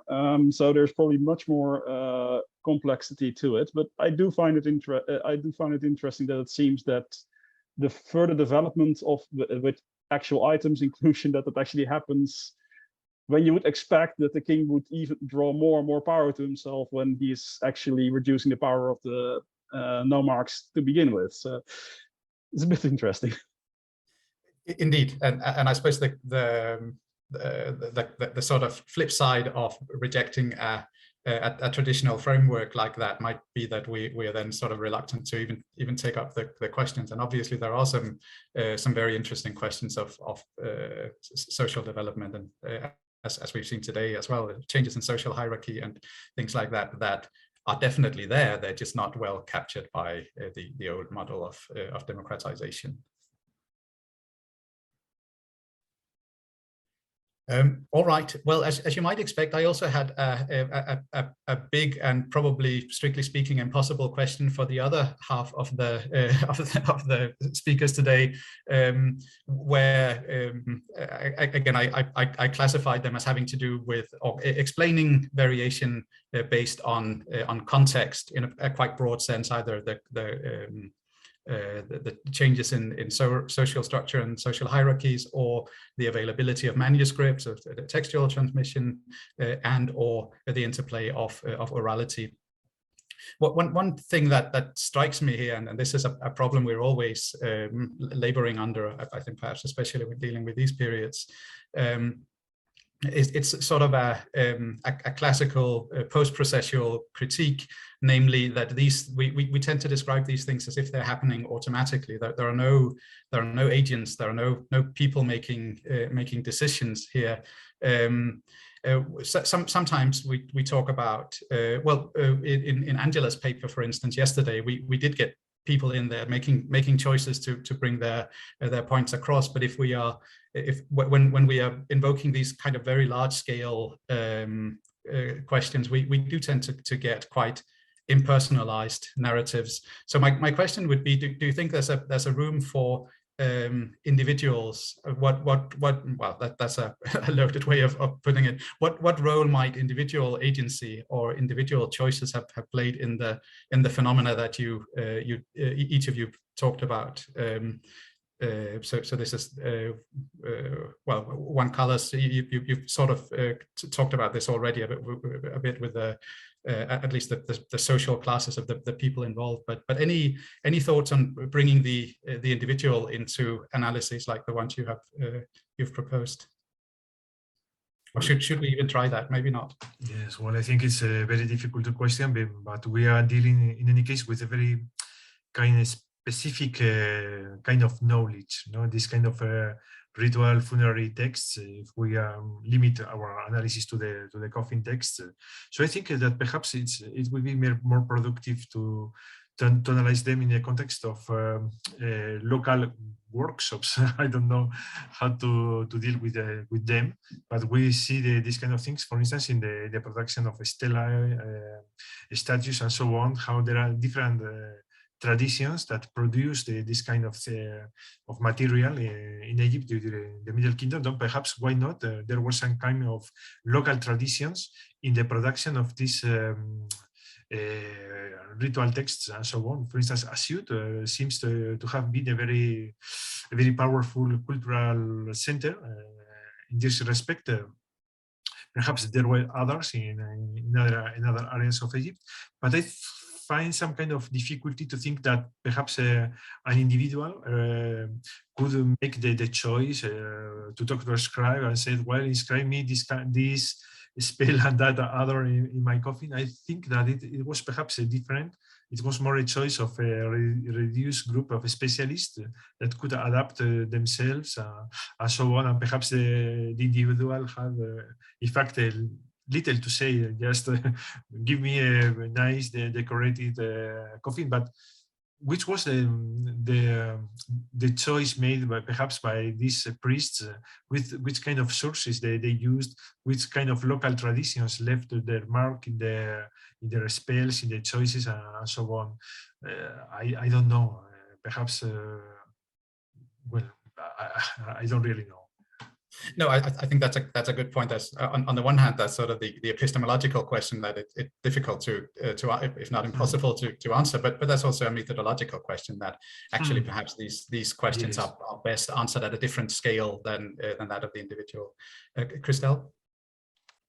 Yes, thank you for this interesting question and for bringing the notion of personal agency and also regionality on the table. I think that we always tend to talk about these texts and compare them by just mentioning numbers, and it's always hard to then just think in terms of the people themselves that were using it and how they might have been affected also by their collective environment and by region. But I certainly think that we do see these regional influences on the text, but I also wonder on personal agency in certain cases. For instance, the text of Geotinart, I really have the impression that here there is a desire to appropriate oneself the text a little bit more by expanding it in a way that we don't found in earlier version, transforming it more into a poetic form than was perhaps found in earlier variants, which could also show how perhaps the Geotinart at this time was using how this spell might have been heard at that period of time, or perhaps a desire to have a more poetic version of such a text. We've been talking also about restriction, but I found interesting that also on the coffin of Geotinart, we have a very extended version of the text, whereas we have a more concise one in other buildings. Yes, I think that was just my reflection. Great, thank you so much. Dina? Yeah, I also would like to say something to this personal agency aspect. I think that we tend to focus on specialists a lot. So we think a lot about text producers like authors, editors, reproducers of text like scribes and so on. But I think we also should take into account that there are commissioners, like people who order the text. So it's the person to like the owner, the deceased, but it's also his family, his relatives. So let's say every text is an instantiation of a collective endeavor. So it's not just one person doing this and that. It's like when we today have a proceedings of a conference. So how many people are involved in this process? And this, so what does it say about agency, or what does it say about authorship? And I think it's very important to keep this in mind when we think about transmission, and this makes it even more complex, right? So even more uncomfortable. But I would tend to split up this agency in manifold instances taking part in these processes. Just wanted to add this to the general discussion. I think that's a good point, that even there's a certain bias as well involved in that post-processual turn to the individual, and that's very much a modernist bias. We, as you say, with the conference proceedings, we want the name of the editor, we want the name of the authors, we want to know who is responsible for each part. But actually, that's not the only way one can make a collective product. In fact, it's quite a specific way of thinking about it. Yes. Do we have questions from the YouTube channel yet? Hi, we don't have questions from YouTube, but I do have one question. So, okay, that's for present the panel. Going back to the beginning about talking about the transformation and the pair link between the disease and I was thinking also yesterday when we talk about Osiris like a god and Osiris like the disease and how to link the two, and also how the gods link themselves. For example, when you have Osiris Sokar, or when we have Osiris resting in Ra and stuff like that. So as you know, I was lucky enough to have to be Carlos' student, and we talk a lot about coffin texts in class and how they how to paint them in the bigger picture. And when Carlos was talking about, okay, the underworld is like a very dangerous place, and the gods don't want you to be there. So my way of thinking this was like, okay, this is like a way of hacking ourselves to be able, like you know, like a modern hacker try to supplant the identity to steal your banking passwords. It's kind of maybe a similar way of seeing it. So my question is, what's the difference conceptually between, for example, when we talk about Osiris and when we talk about, okay, you are transformed or Heperu into something. I know it's not only the gods, but can we see it more like a more aggressive way of linking ourselves with another entity, or we have that would be fair, or we have a different conceptual way of looking at this? I think that's a great question. Lisa, did you have something specifically for the question of individual agency? Because then we might take that and then return to the question of those kinds of identities. Yeah, I just wanted to add something to what Dina said, because I completely agree with this. I think individuality plays a much bigger role that we thought it might have been, but also this personal agency might be different in different situations and influenced by different factors. So for example, the time of death. So if the tomb owner or whoever the deceased has time to decide what kind of text or what kind of object might have been part of his funeral equipment, what kind of burial equipment he would like to have. So this also depends, does he have time, or did he have time to decide this?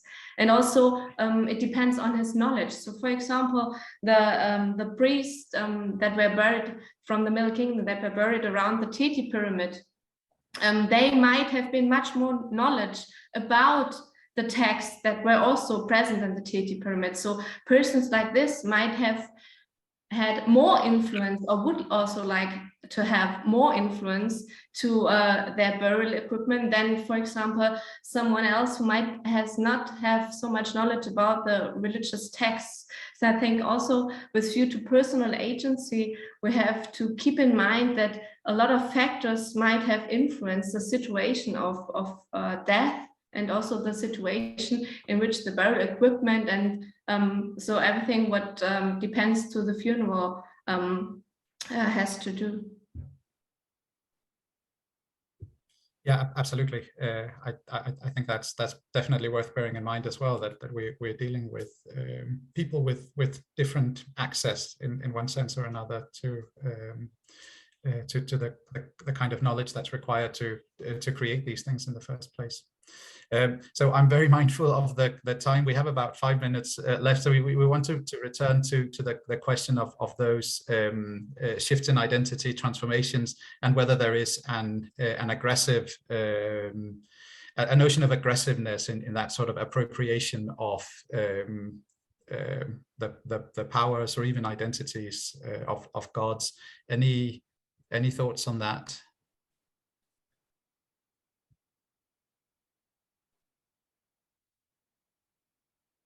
Yes, and Anna might be well, good. I guess it was directed towards me anyway, so I should well, I mean,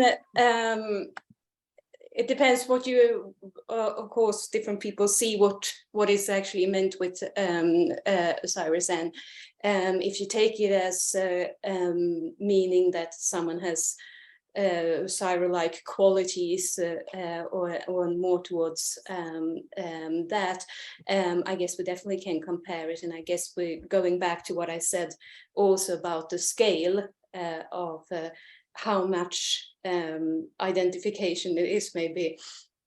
I'm not sure what you mean with an aggressive identification, but perhaps you can put that on one end of the scale when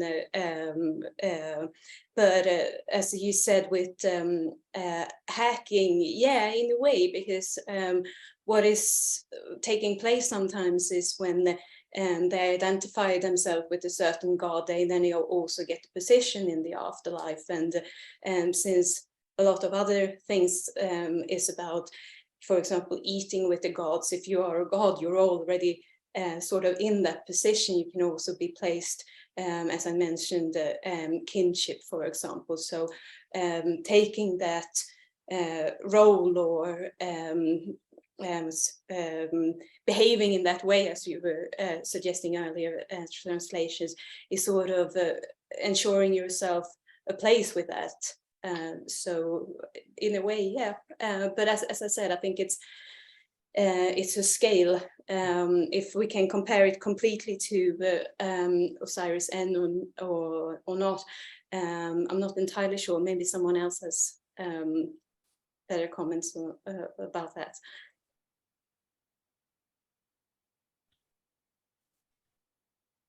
Well, that doesn't look like that specifically, but in any case, I'm sad to say that we have just about come to the end of our allotted time this morning / afternoon / night. And I have a feeling we could definitely have continued discussing these issues for another few hours at least, but thankfully the conference is not over yet, so we'll be meeting again tomorrow, and I'm sure many of these themes will pop back up, and we will have a bit of time to mull over them in the meantime. Carlos, do you have any practical housekeeping information that we need to talk about before wrapping up for today? No, apparently we have slept everybody in the audience, so there are no questions from the audience, so we can jump to tomorrow already. Yeah. Perfect. Well, thank you so much to everyone who gave papers, and to all the discussants. It's been a very stimulating morning for sure. Thanks very much, and see you tomorrow.